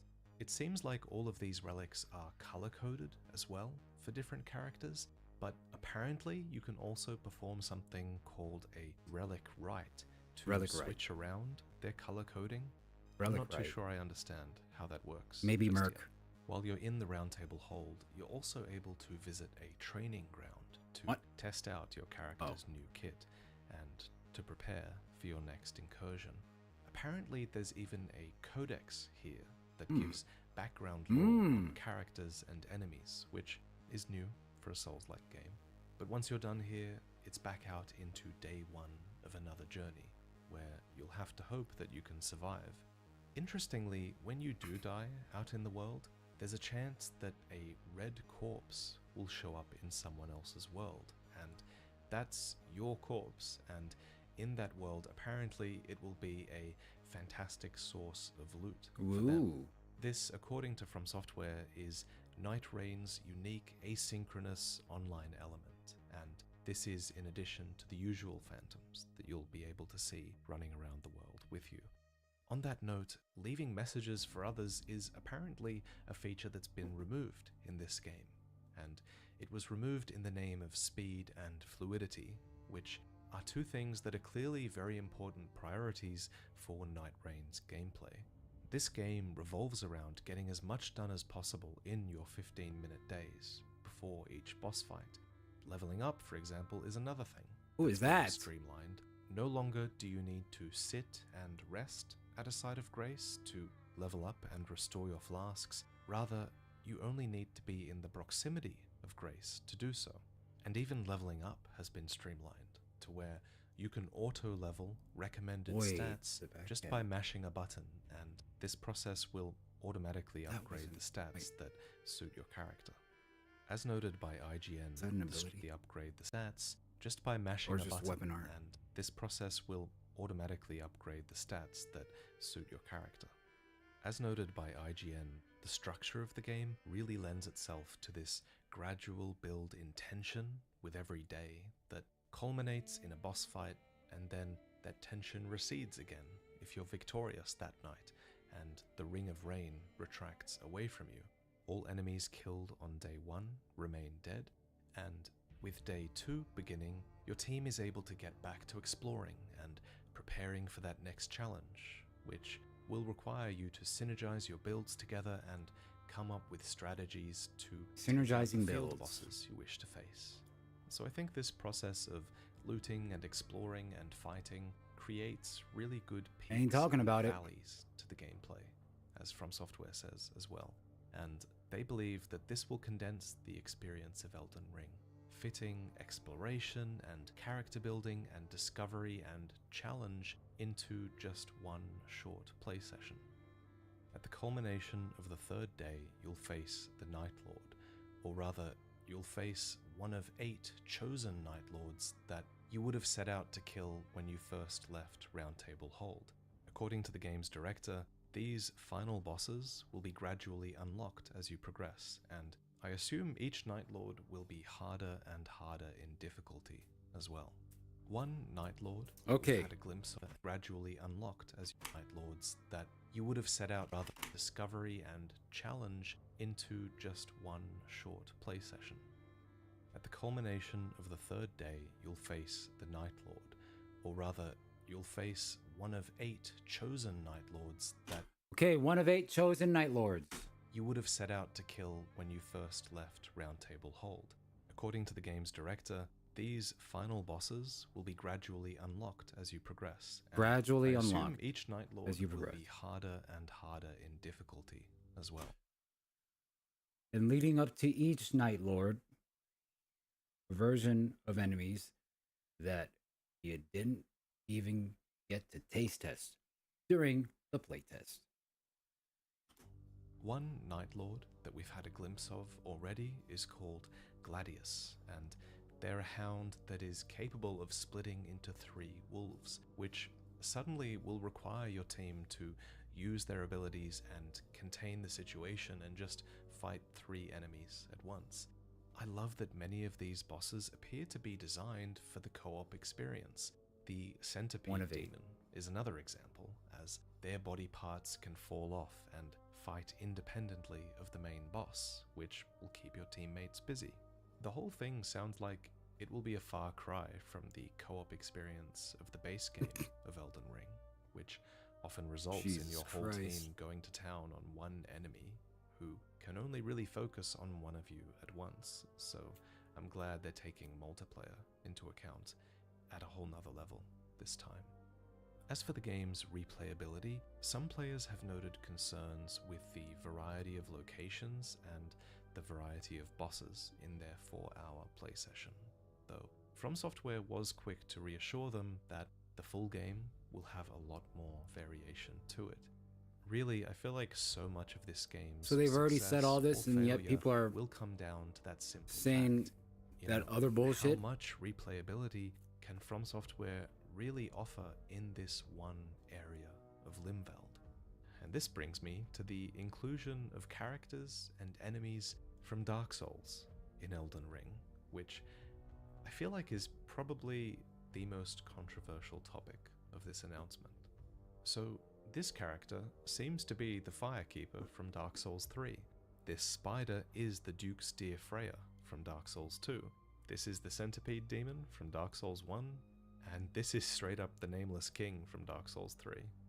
A lot of people have been laughing, rightfully so, at the idea of people like me who explain the lore having to explain why characters like the Nameless King have made their way into Elden Ring. And I'm not gonna lie, I find this situation kind of funny as well. I agree that it's a bit ridiculous that they're in this world, especially at first glance. And I'm not gonna sit here and pretend like these characters or enemies have been added to the game for some deep lore reason. We all know why they're primarily here. They're here because this is a way for From Software to reuse their extremely high quality repository of assets and enemies and animations from their past games.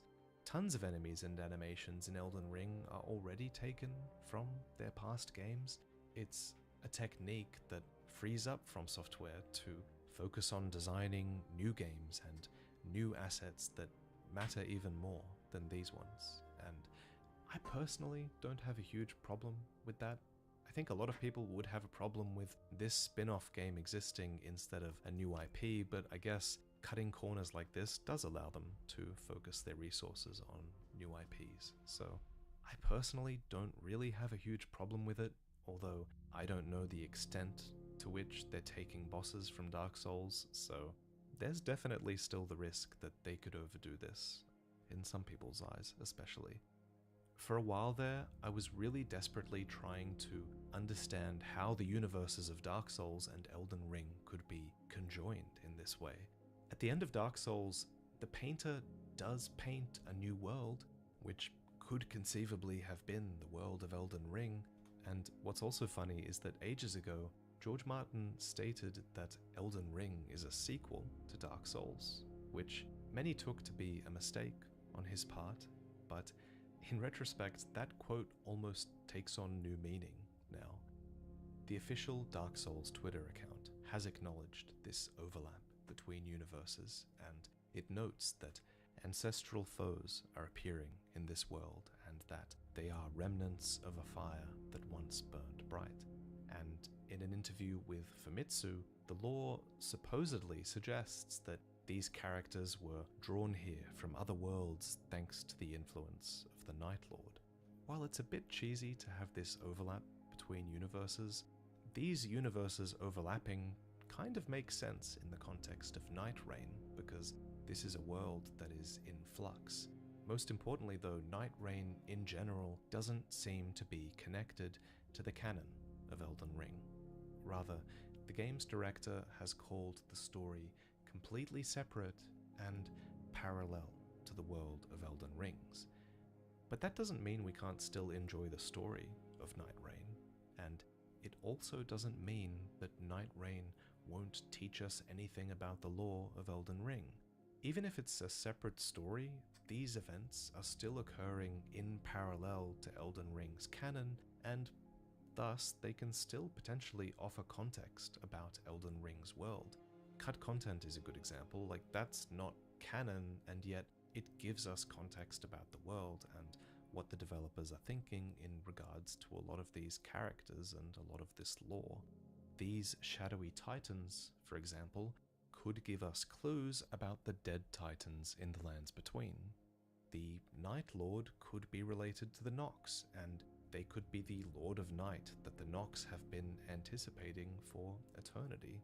The Round Table Hold is likely in opposition to the Night Lord for good reason as well, and yeah, that's all valid lore, even if it's parallel to Elden Ring, I think.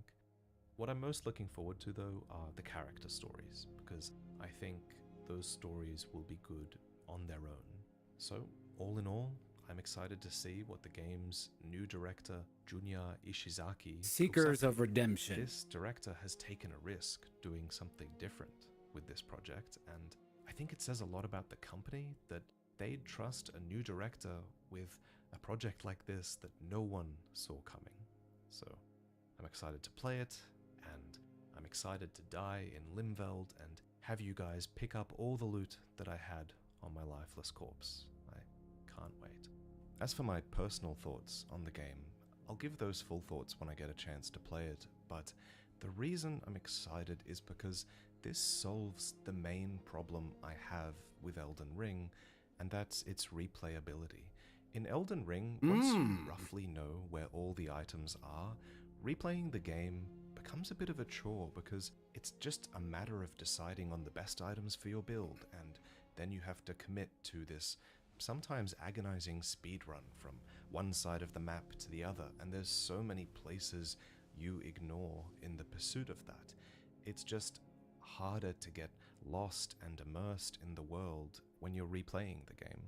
But with Nightreign, you can continuously get lost and immersed in this ever-changing world with ever-changing builds, and I think that's the experience of playing a Souls-like for the first time that we all love, and if this game succeeds, I think it will be because it nails that feeling of playing a Souls-like game for the first time and not really knowing where to go, you know?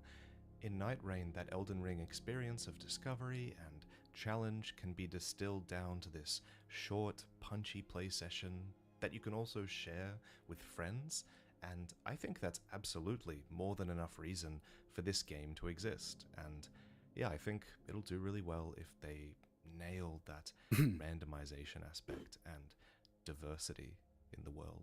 Also, I really hope How is it hard they to add some sort of PvP mode to this game down the line, because the pieces are all there, and people joke about Elden Ring having a Battle Royale mode, but unironically that would suit Elden Ring really well with its diversity of options for PvP, and I hope this does well and they keep investing in this kind of game, because this is kind of the foundation for an everlasting, incredible Elden Ring experience. 5-course meal. From a PvE We're not going to perspective, skip to yes, dessert but adding now. PvP would add even more replayability. A lot of people are forgetting how I to really hope they go down that eat road. steaks over here, If you want to apparently. learn more, please check out all the articles that I've been referencing in this video. I've got them linked in the description, and I appreciate how much info they were able to get. Please subscribe for more Elden Ring.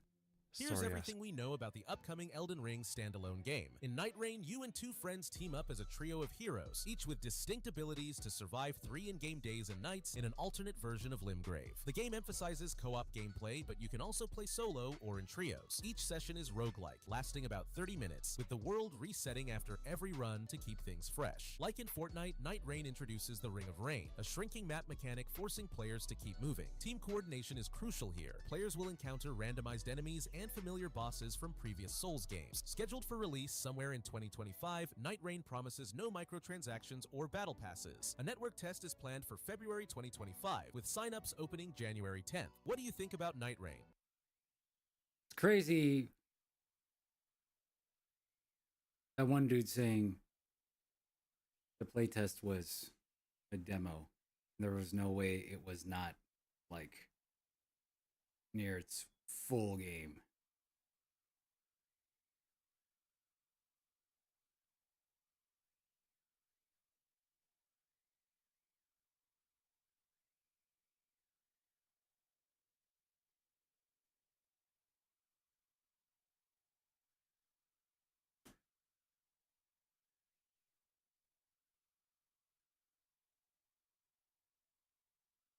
Is that his name? Yeah, there he is. Did he upload something new?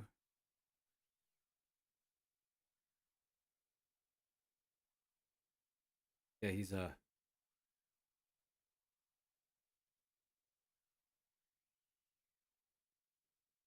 variety gamer. Okay, we opened up the stream. Ladies and dragons, the time is 2:12 p.m. Eastern Time. If you have any questions or concerns or like just things you're looking forward to, talk about it. Talk about it. We started off looking at the best playthrough I've ever seen.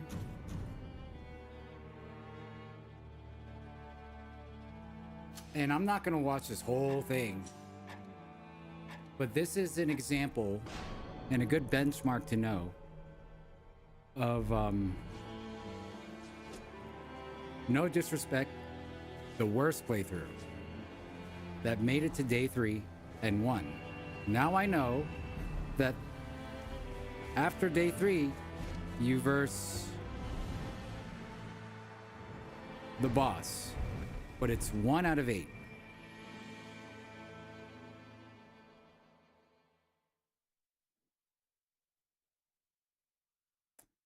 In roguelites like Spelunky that plays like this, it could have multiplayer up to 4 people. After you go through the first 3 levels, day 1, day 2, day 3, you fight the boss. Then the next day cycle starts. We're talking Spelunky, Spelunky 2, where, yeah, the enemies are different, which I suppose makes it harder, but in Spelunky, it's the terrain, it's like booby traps, terrain. There's just a lot of ways to die accidentally. Because unlike this game, you can get hit multiple times. In Spelunky, everything is one shot. Or, no. Well, if you die to fall damage, let's just say, that's one shot. If it's a trap, if it's literally something that could squish your body, doesn't matter how much life you have, right?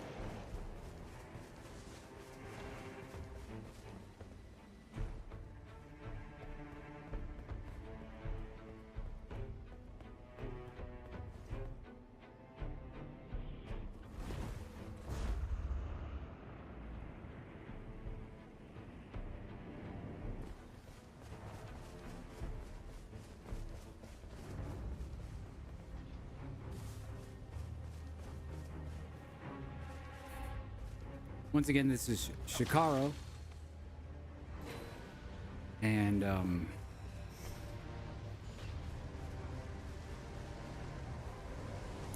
they spend the entirety of day one here.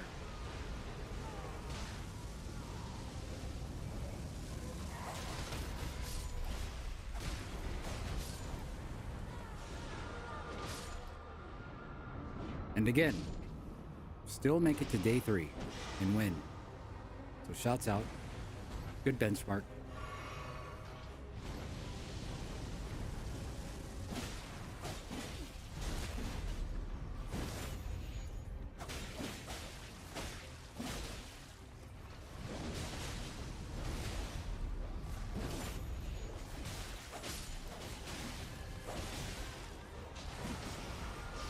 So now that we know that there's 8 bosses,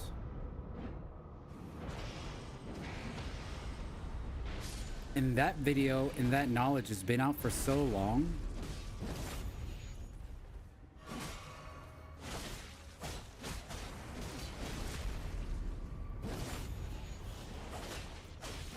it's crazy that videos are being uploaded like yesterday, within the past 24 hours, claiming that the playtest was actually a demo,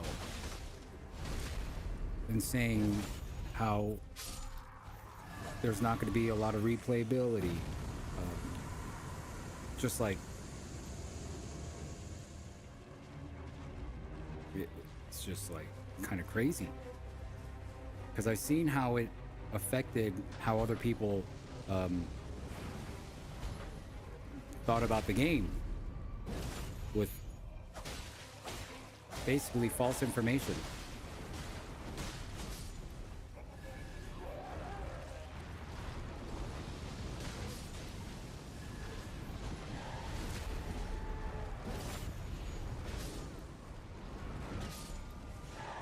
Complaining how the game was too easy. Bold letter thumbnails.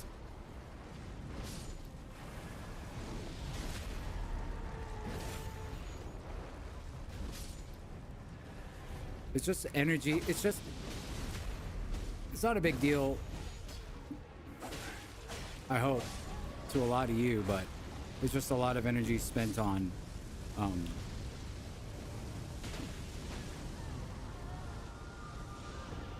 conversations I wish I didn't need to have with people I talk to.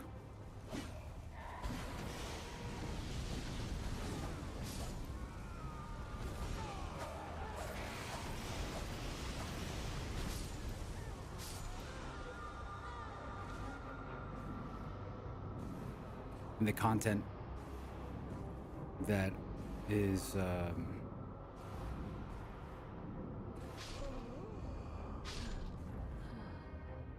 available.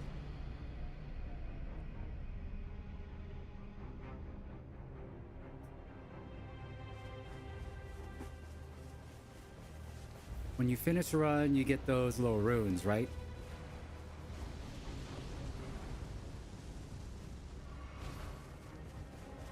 And you get that currency. I don't know.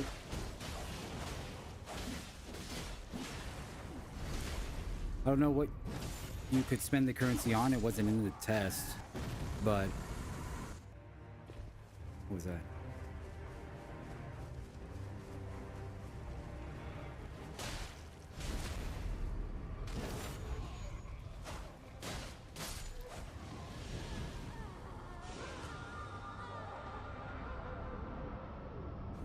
Some more fun conversation examples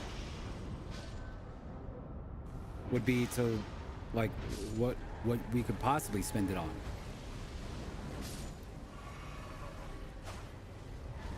The game is really easy now. How could we ensure that it's easier while trying to think about synergies, playtests, builds, theory craft?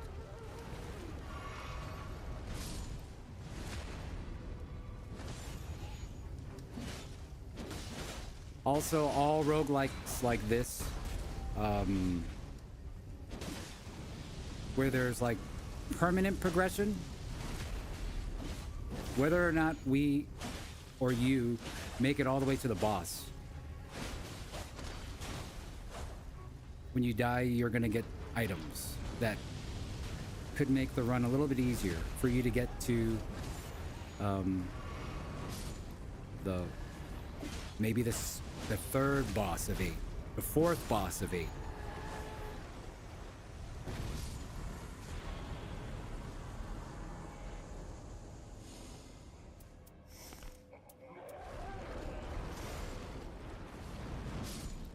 Actually, I need to see. Is there like a different... I don't know if they added it.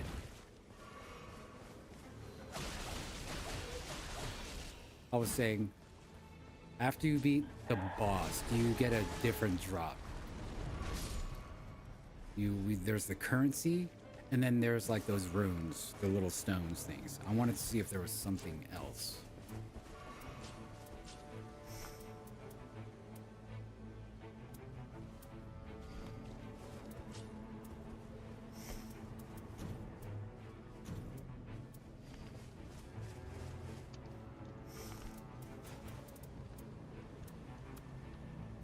Because unlike the people that just play Souls-likes, I have a lot of time on many different roguelites.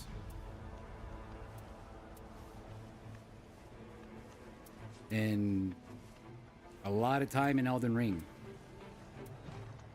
So I could just see so many things that they could do.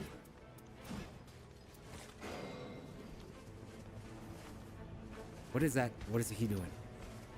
It looked like a different player in a different world aggroed him or something.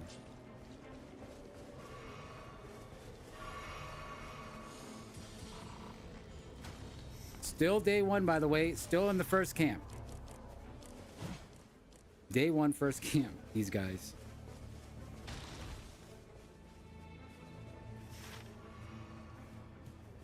The characters that I wanted to play were the Duchess here, Wilder, Guardian, Recluse. And then I changed to Recluse after I figured out, like, you know, post day 1, watching different playthroughs, I was like, oh yeah, we going Recluse. Highest skill ceiling, give me a challenge. Trying to flaunt what I got. Seemed fun.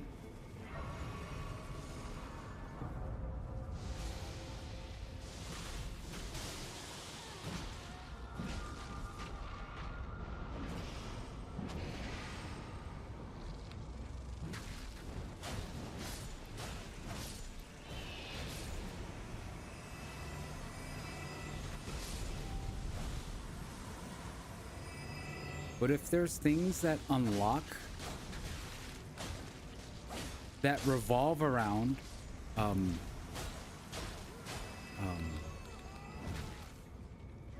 success rate and progression,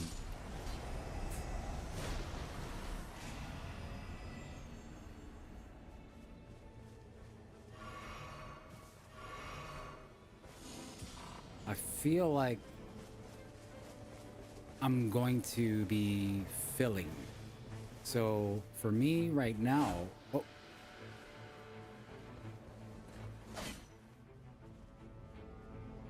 I'm just going to have to keep in mind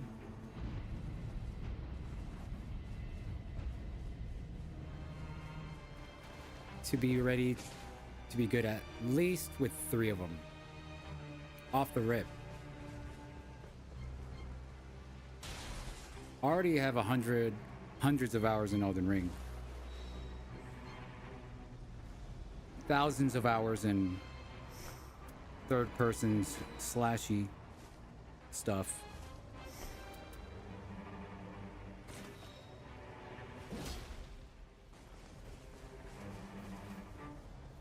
So game sense just immediately applies. The main thing is just going to be mechanics of every character. Cooldown timers.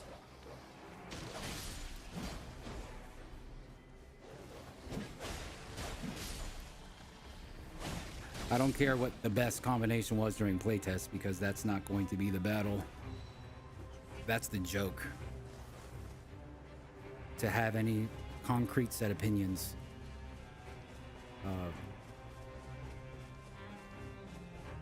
After the tutorial phase test.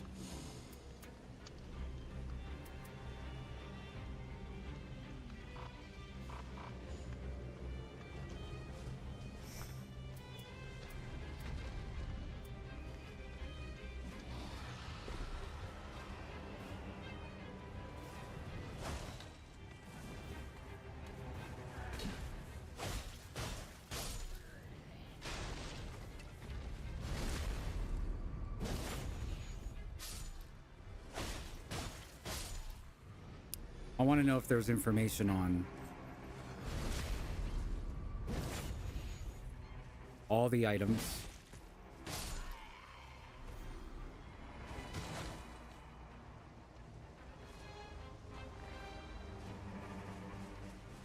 Those little rune drops are, I guess, that would be asking for too much. It'd be nice.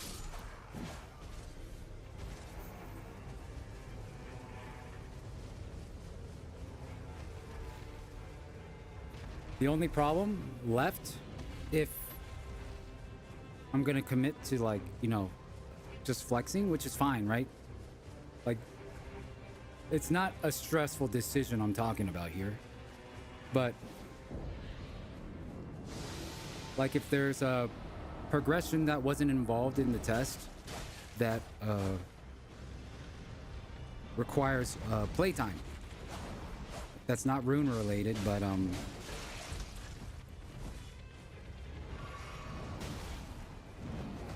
some like I guess like an EXP bar that's not an EXP bar.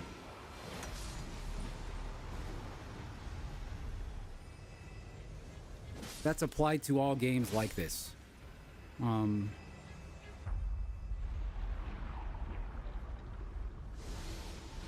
That encourages more playtime, replayability.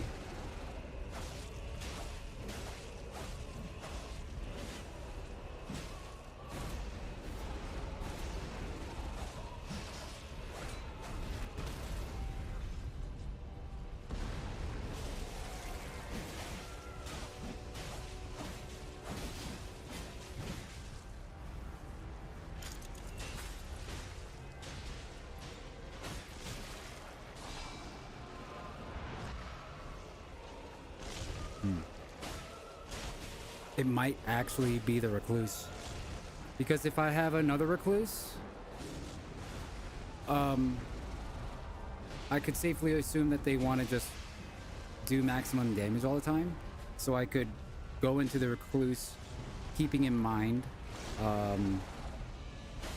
that it's going to be more of a supporty utility approach.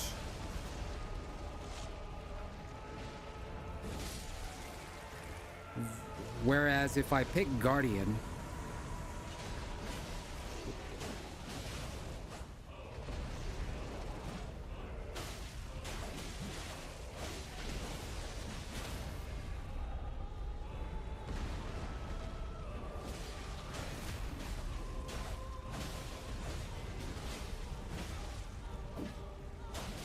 it's like, well, pretty much playstyle set in stone. Wilder, playstyle pretty much set in stone. Ult usage, capabilities, pretty much set in stone. With Krillus, I could safely, you know, the ult is whatever. It's all about her ability and all the different combinations. Damage for this situation. Escape for this situation.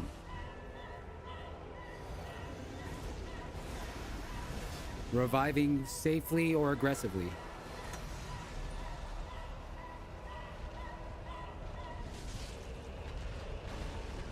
And the ability to heal the entire team during a boss stagger animation.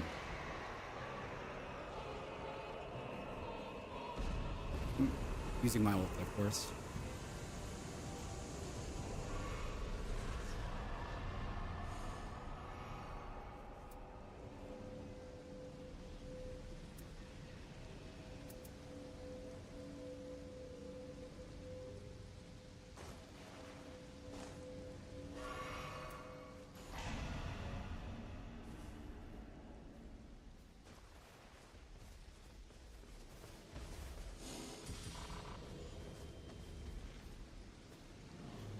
What things was I talking about in regards to playtime?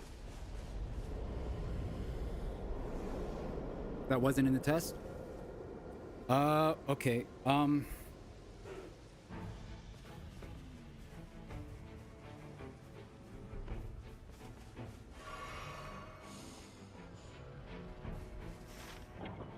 Well, we do have one ability and one ult. And the class that you play, the preset class,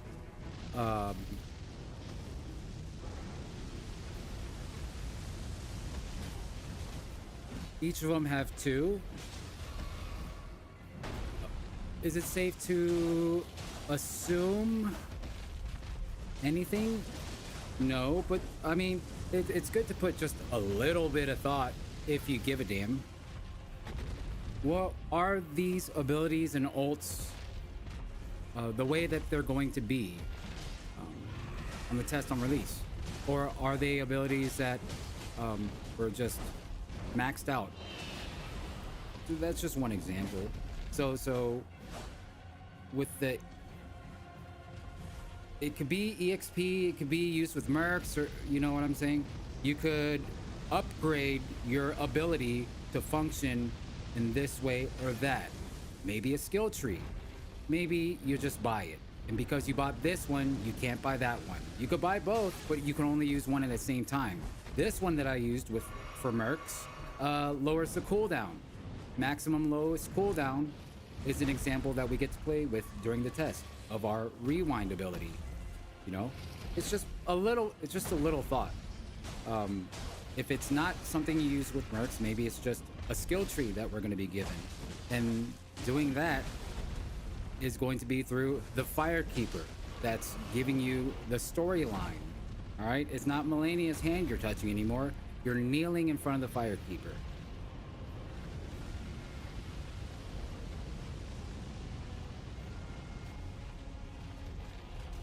Little things like that make me wonder if I want to go Recluse, because if it's going to be playtime, then, you know, after X amount of games, I could finally have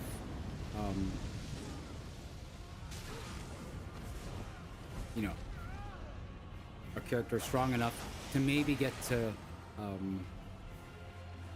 the 8th boss with said randoms. That's just abilities.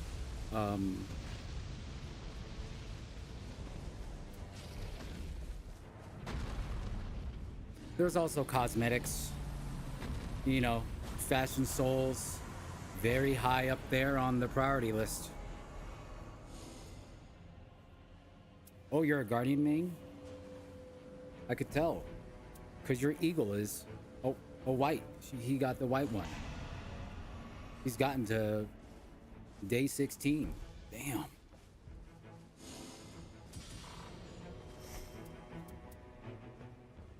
Yep, we will see. We gonna see. And that's just one example. You have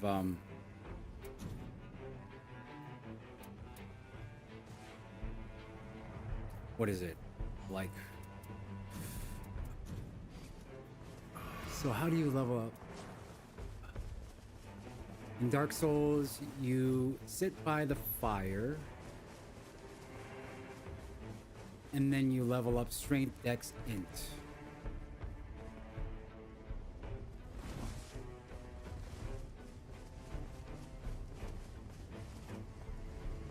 You don't need any stats in this game to be allowed to wield any weapon.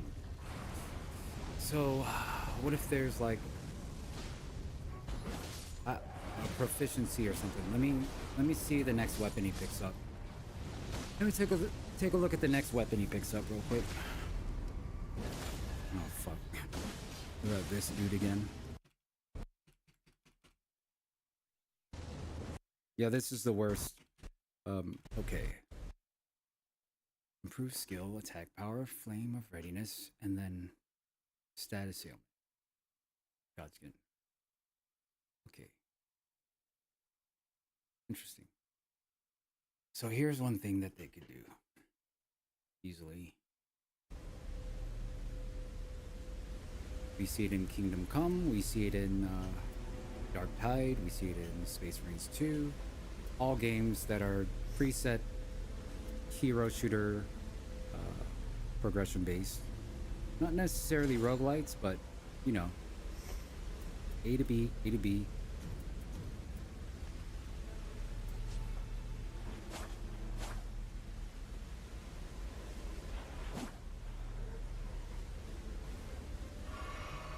Right now, kind of willy-nilly with the weapon pickups, right?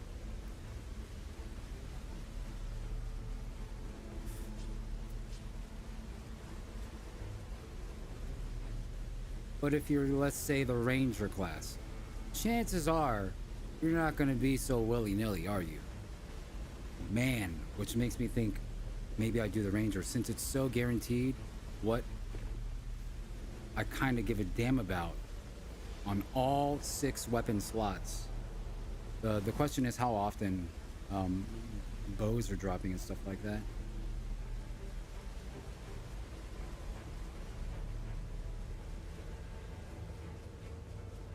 Recluse. Obviously gonna want to hit up those magician towers.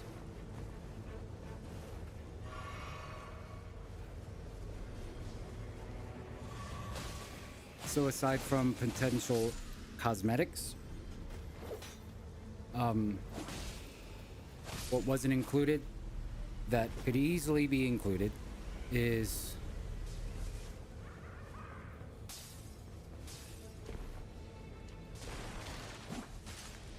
weapon types.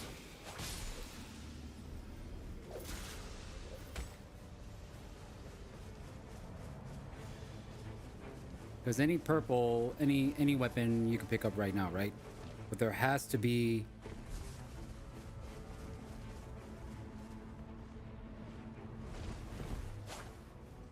some choices matter here. And that is dedicating some form of currency or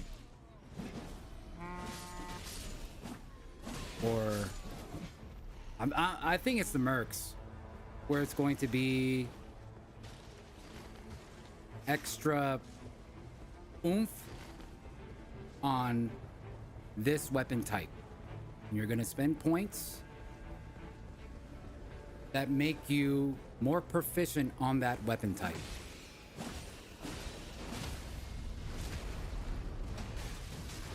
I was holding my tongue at first, but after I saw the 3 different things that you get from picking up a new weapon, I was, confident enough to even share the thought.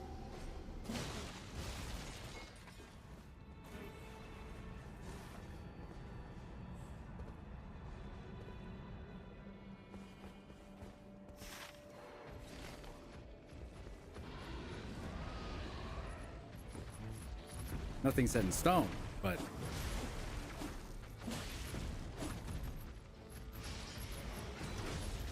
there's got to be just, if it's getting increasingly difficult, we're talking 3 days times 8, because there's 8 different night bosses. Not sure if it's in random order. I wouldn't be surprised if it's not. The dog is always the first one and the easy one.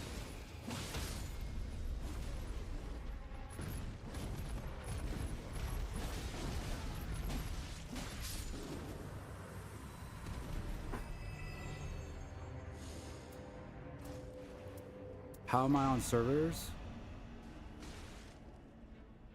No. I never got access.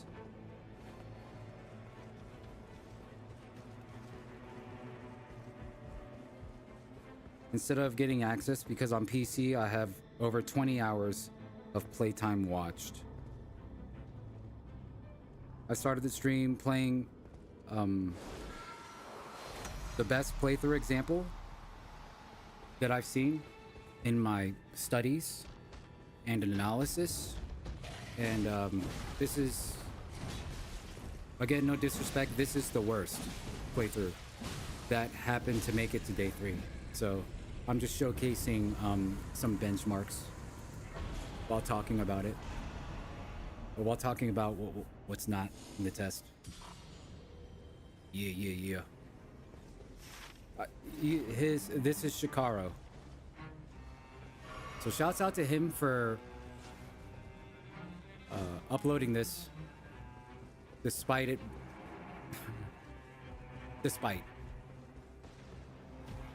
Like, God bless him. I know people just want to upload the good stuff, but I'm glad he just like played a few games and threw this on. Thankfully, this was a win. Since you're just getting here, let me tell you what's happened so far. The entirety of day 1 was spent at one mini-boss camp. So there's that efficiency. As a total group, as the group total, this entire run, they used their ultimates and ability as a group combined a total of less than 10 times.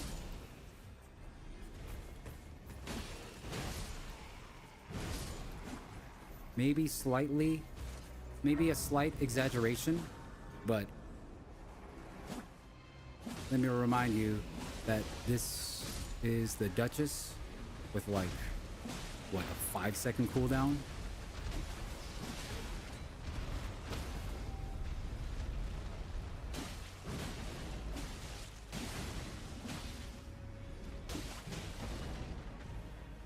How does Nightreign work? I'm glad you miss it.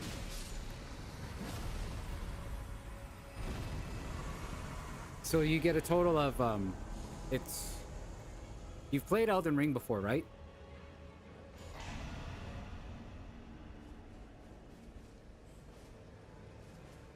Okay, so this is like a roguelike co-op multiplayer take, where you get 3 nights. You can level up here. Once this circle closes, you can no longer use that grace. But each day is 15 minutes.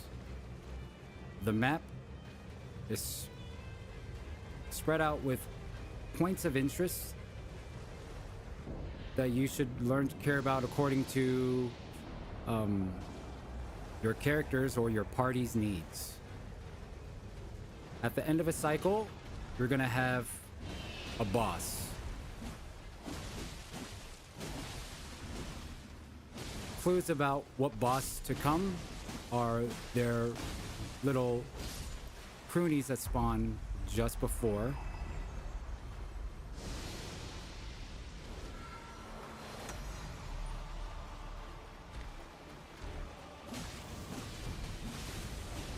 And after this comes the next day. 3 days total. On the 3rd day, you verse the Night Lord. There's 1 of 8 Night Lords, but during the playtest, you only got to play against the first. You have a choice of preset characters. We see 3 of them right here. They have an ability and they have an ultimate.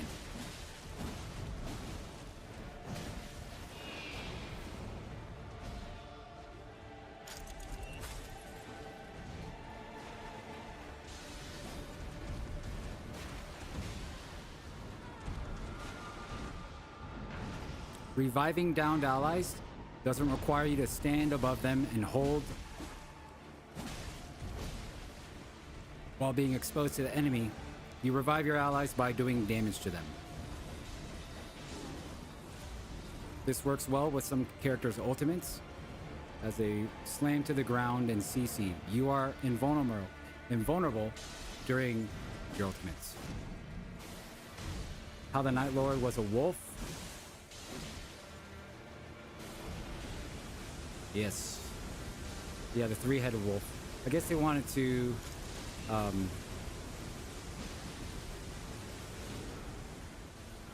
I guess see some of these POVs.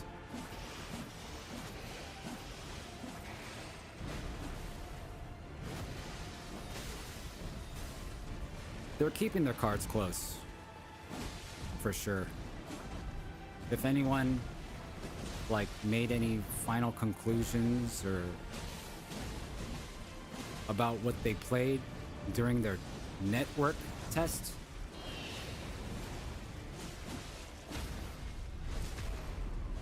you'd be a fool.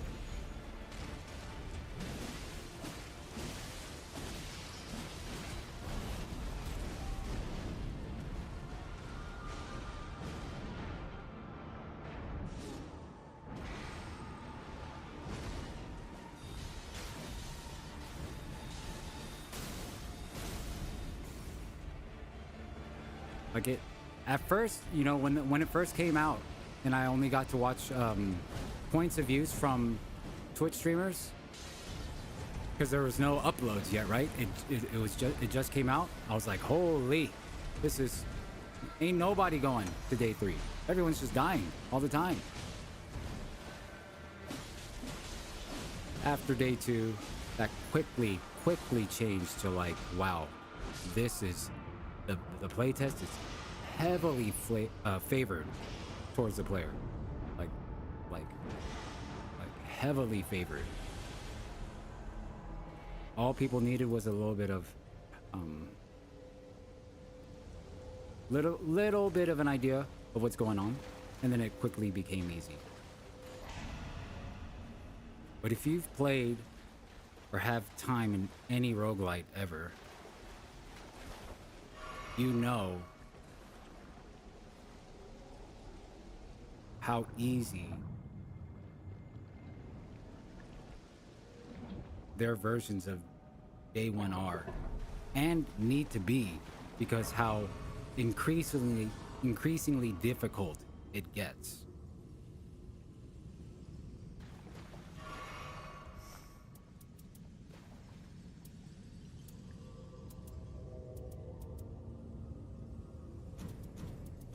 Spelunky 2, Balatro, Bazaar,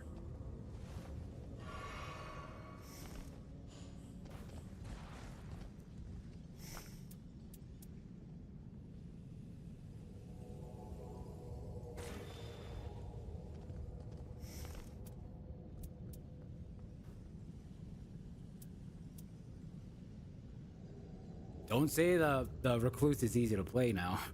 With all the she's the highest skill ceiling because of all the different spell combinations.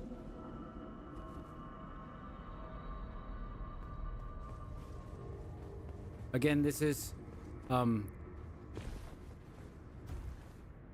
of all the playthroughs and VODs that I've scraped and watched, this is an example of how little you could do and still get away with a day 3 victory. How little you could do and how deprived of levels and resources, weapon upgrades.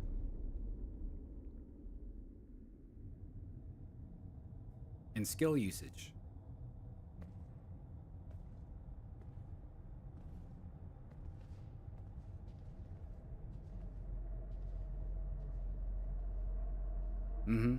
Yep, pretty much your go-tos. I was trying to decide who to use to ensure like high success rate, just in case there's things that unlocks that revolve around that, right?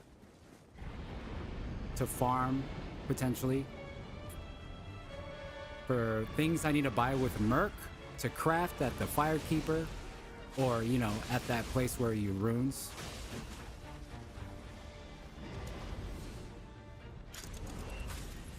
Things that aren't in the test, but don't take any imagination to put together.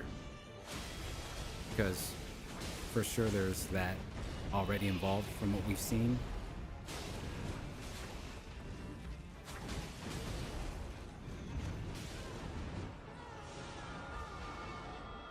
And Recluse seemed like the safest thing to pick. If I'm playing with two other randoms that both want to play Wilder, Guardian, or the Ranger, like as a Ranger main, Guardian main, Wilder main, like we're kind of screwed in terms of versatility. But if you're Recluse, I feel like if there's overlap of Recluse, you can adjust your playstyle to do better versus getting overlapped by any of the other classes. So if you know 6 spells now, the best thing you could do is learn more, because you know, I mean, you see it all the time. It's gonna happen.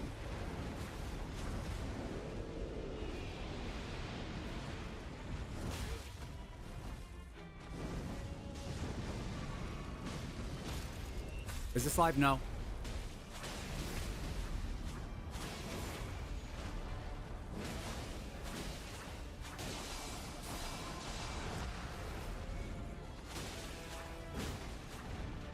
Oh, yeah, this is live. But I'm not playing.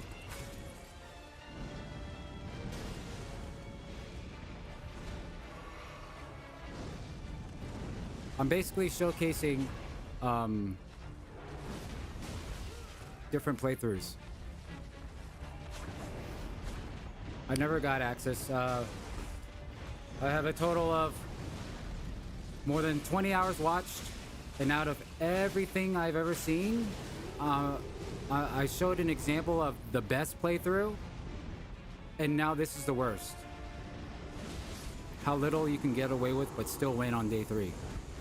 These guys on day 1 spent the entire day at one camp. Barely used their abilities. Leveled up their weapons. I don't even know how much. And still managed to win. So there's that example. We watched the best. Now this was the worst. A lot of yapping in between, but it's my job. I'm pretty sure you're supposed to do that as a streamer. Anyways, any questions? One thing, Akari, that I think you should keep in mind is, wait, hold on, let me see this.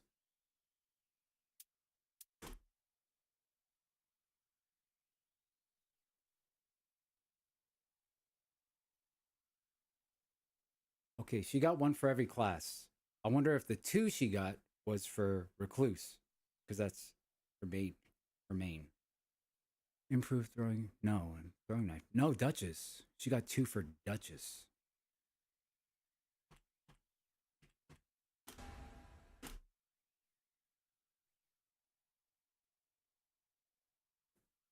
Change compatible. Moth flight. At the start of the expedition. Armaments skill. Interesting. So we get a poison build here.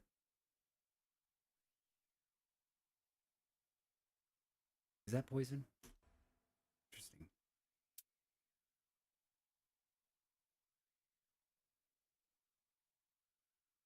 Okay, so this isn't class focused. This is class focused.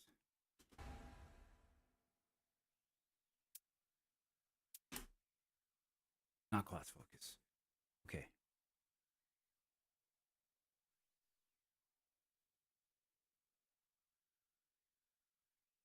Hmm. Interesting. Okay, so you do it at the round table. Round table. What do you think this is? Long term? Yeah, yeah. Which is what I'm saying. So there's long term upgrades.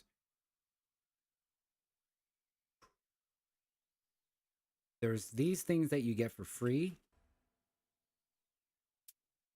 I'm thinking the Merc could either be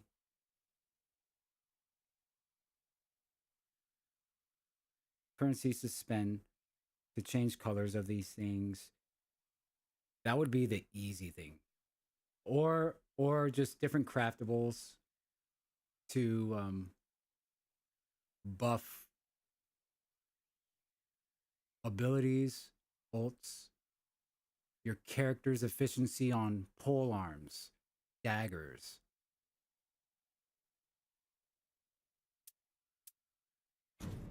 Because they just beat day 3, but it's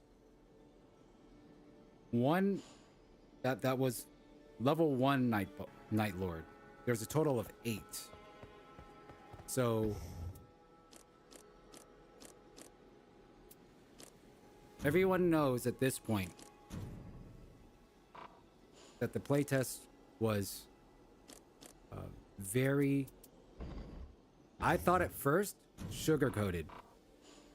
Like, heavily player favored. But since it's one of 8 night bosses, the first cycle completing, fairly easy, is very normal. Standard. No one's celebrating just yet from the completion of that's the tutorial phase.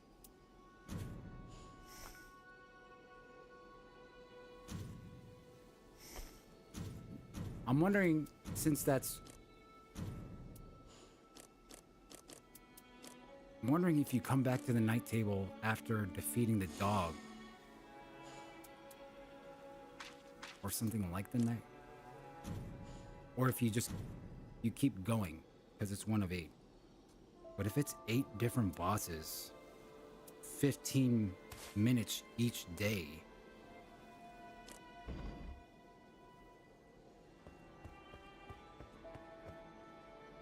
that's a long period of time.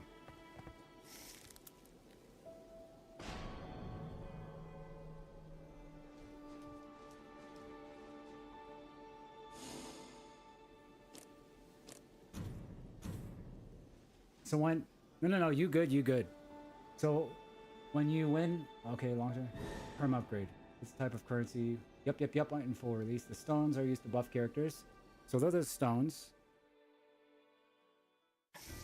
Just fun to talk about. I've seen it in other games. That's all. And if we want to talk about replayability and repetitiveness, these are the basic things that when it comes to games like this, they always include. So that's why it's a roguelite. Or like. Roguelite or roguelite. It's not always 0 to hero. It's like Hades.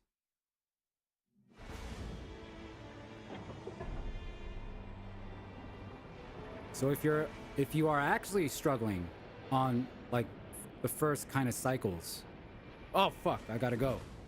If you're actually worried and dying on the first phase, don't worry, die, because you're getting stuff that's permanently gonna make wherever you're dying to easier. But, you know,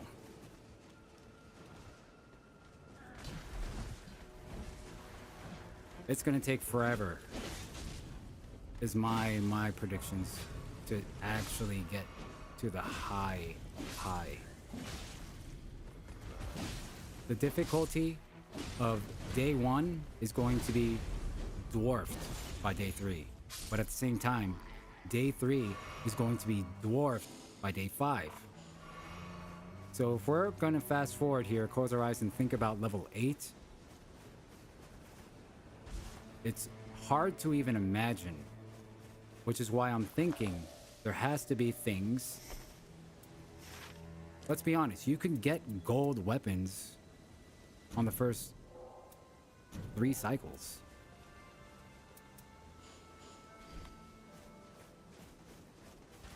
Getting day 8 on a fresh file, borderline impossible. Borderline impossible. So with those mercs, I'm thinking there's ways to improve just weapon proficiency as an example.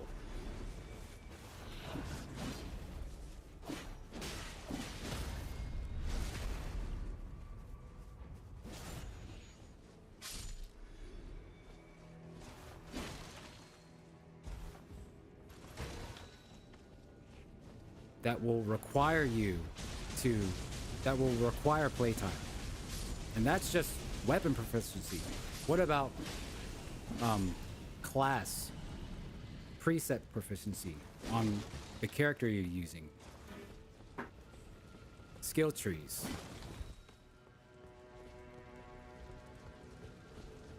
That aren't skill trees, but things that you spend with mercs.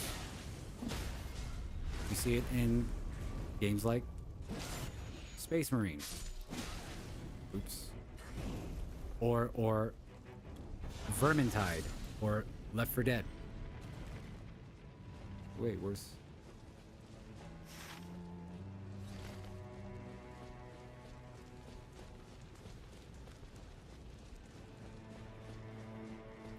You know, little choices matter to add here or there. Things that you could change, maybe mid-level, maybe before you drop. Increasing the damage of your ult. Increasing the heal or life drain of your ult. Those skill trees that are class-based, that require playtime, right? So as a rough example, a person who's played the game with Guardian for 20 hours will do more damage with a gray dagger than somebody who just got the game with a legendary axe. Make sense?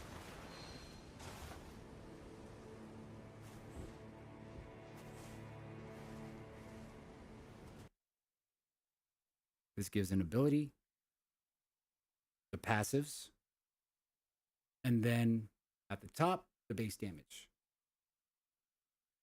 This base damage, I'm thinking, could be influenced with playtime, with things, let's just say the mercs, at the round table. Because we're talking, you know, over time, you're going to need to get to day 8. You want to get to, Night Lord 8. This is the only thing, kind of. It's either that, or the versions of characters we got to play during the tests are maxed. It's one or the other, and I'm fine with either.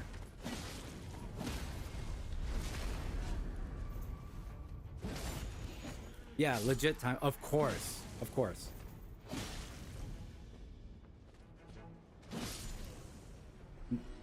Yeah, no, it's just the conversation that I wish I get to read an actual content creator that uploads these kinds of videos talk about versus some of the things I'm seeing pushed, like why I won't be purchasing Nightreign, or, you know, stagnation. Game is too easy, like, you know. Grass is green. Somebody find me the video where they're talking about builds already, or synergies.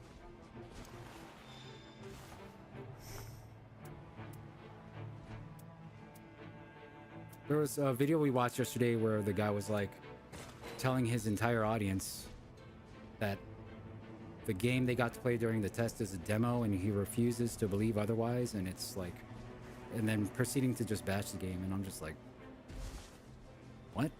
Really? And then it's just gonna create this whole spew of nonsense that I don't want to talk about. And he's wrong. The playtest only, you got to only fight the first 3 days, the first level difficulty boss. That's it. There's 8. That we know of. After you beat 8, then what? What about all the juicy ass dungeons that could easily be roguelike? I don't know. Maps? Nice, you beat 8. You beat the 8 difficulty boss. Beat him 4 more times so you could run the dungeon. There's just so many things that they could play with. And they're keeping the cards close. This is a playtest. We're worried about the connectivity right now. Don't worry about how easy the game is. Wow. For the first time ever, people are worried that the game is going to be too easy. From FromSoft. You fools. You fools.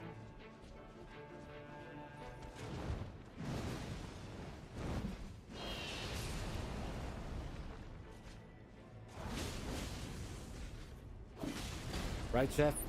Exactly.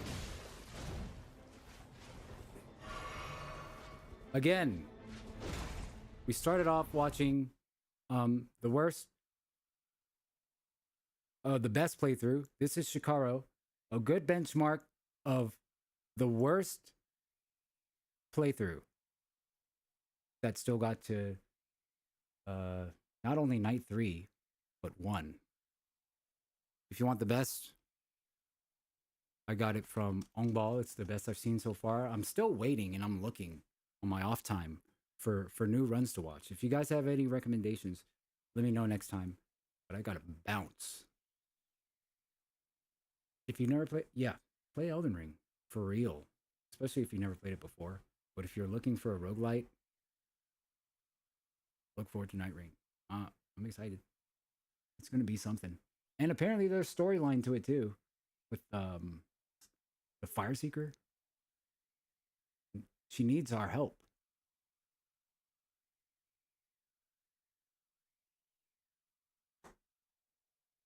Oh crap, there was a wow. Well. Would you look at that? PoE2 Trial of Sekima. Yes. Of course.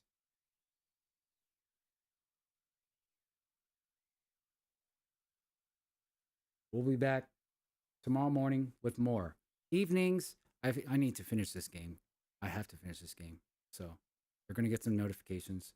Don't worry about it, but I have to finish this game. Tomorrow morning, we'll dissect and talk more. Find more, hopefully. If not, we'll watch the best and worst again. Bro, I want to play. All right. God bless Godspeed. Good games. Have a good afternoon or night. And I'll see ya when I see ya. Take care, y'all. Peace.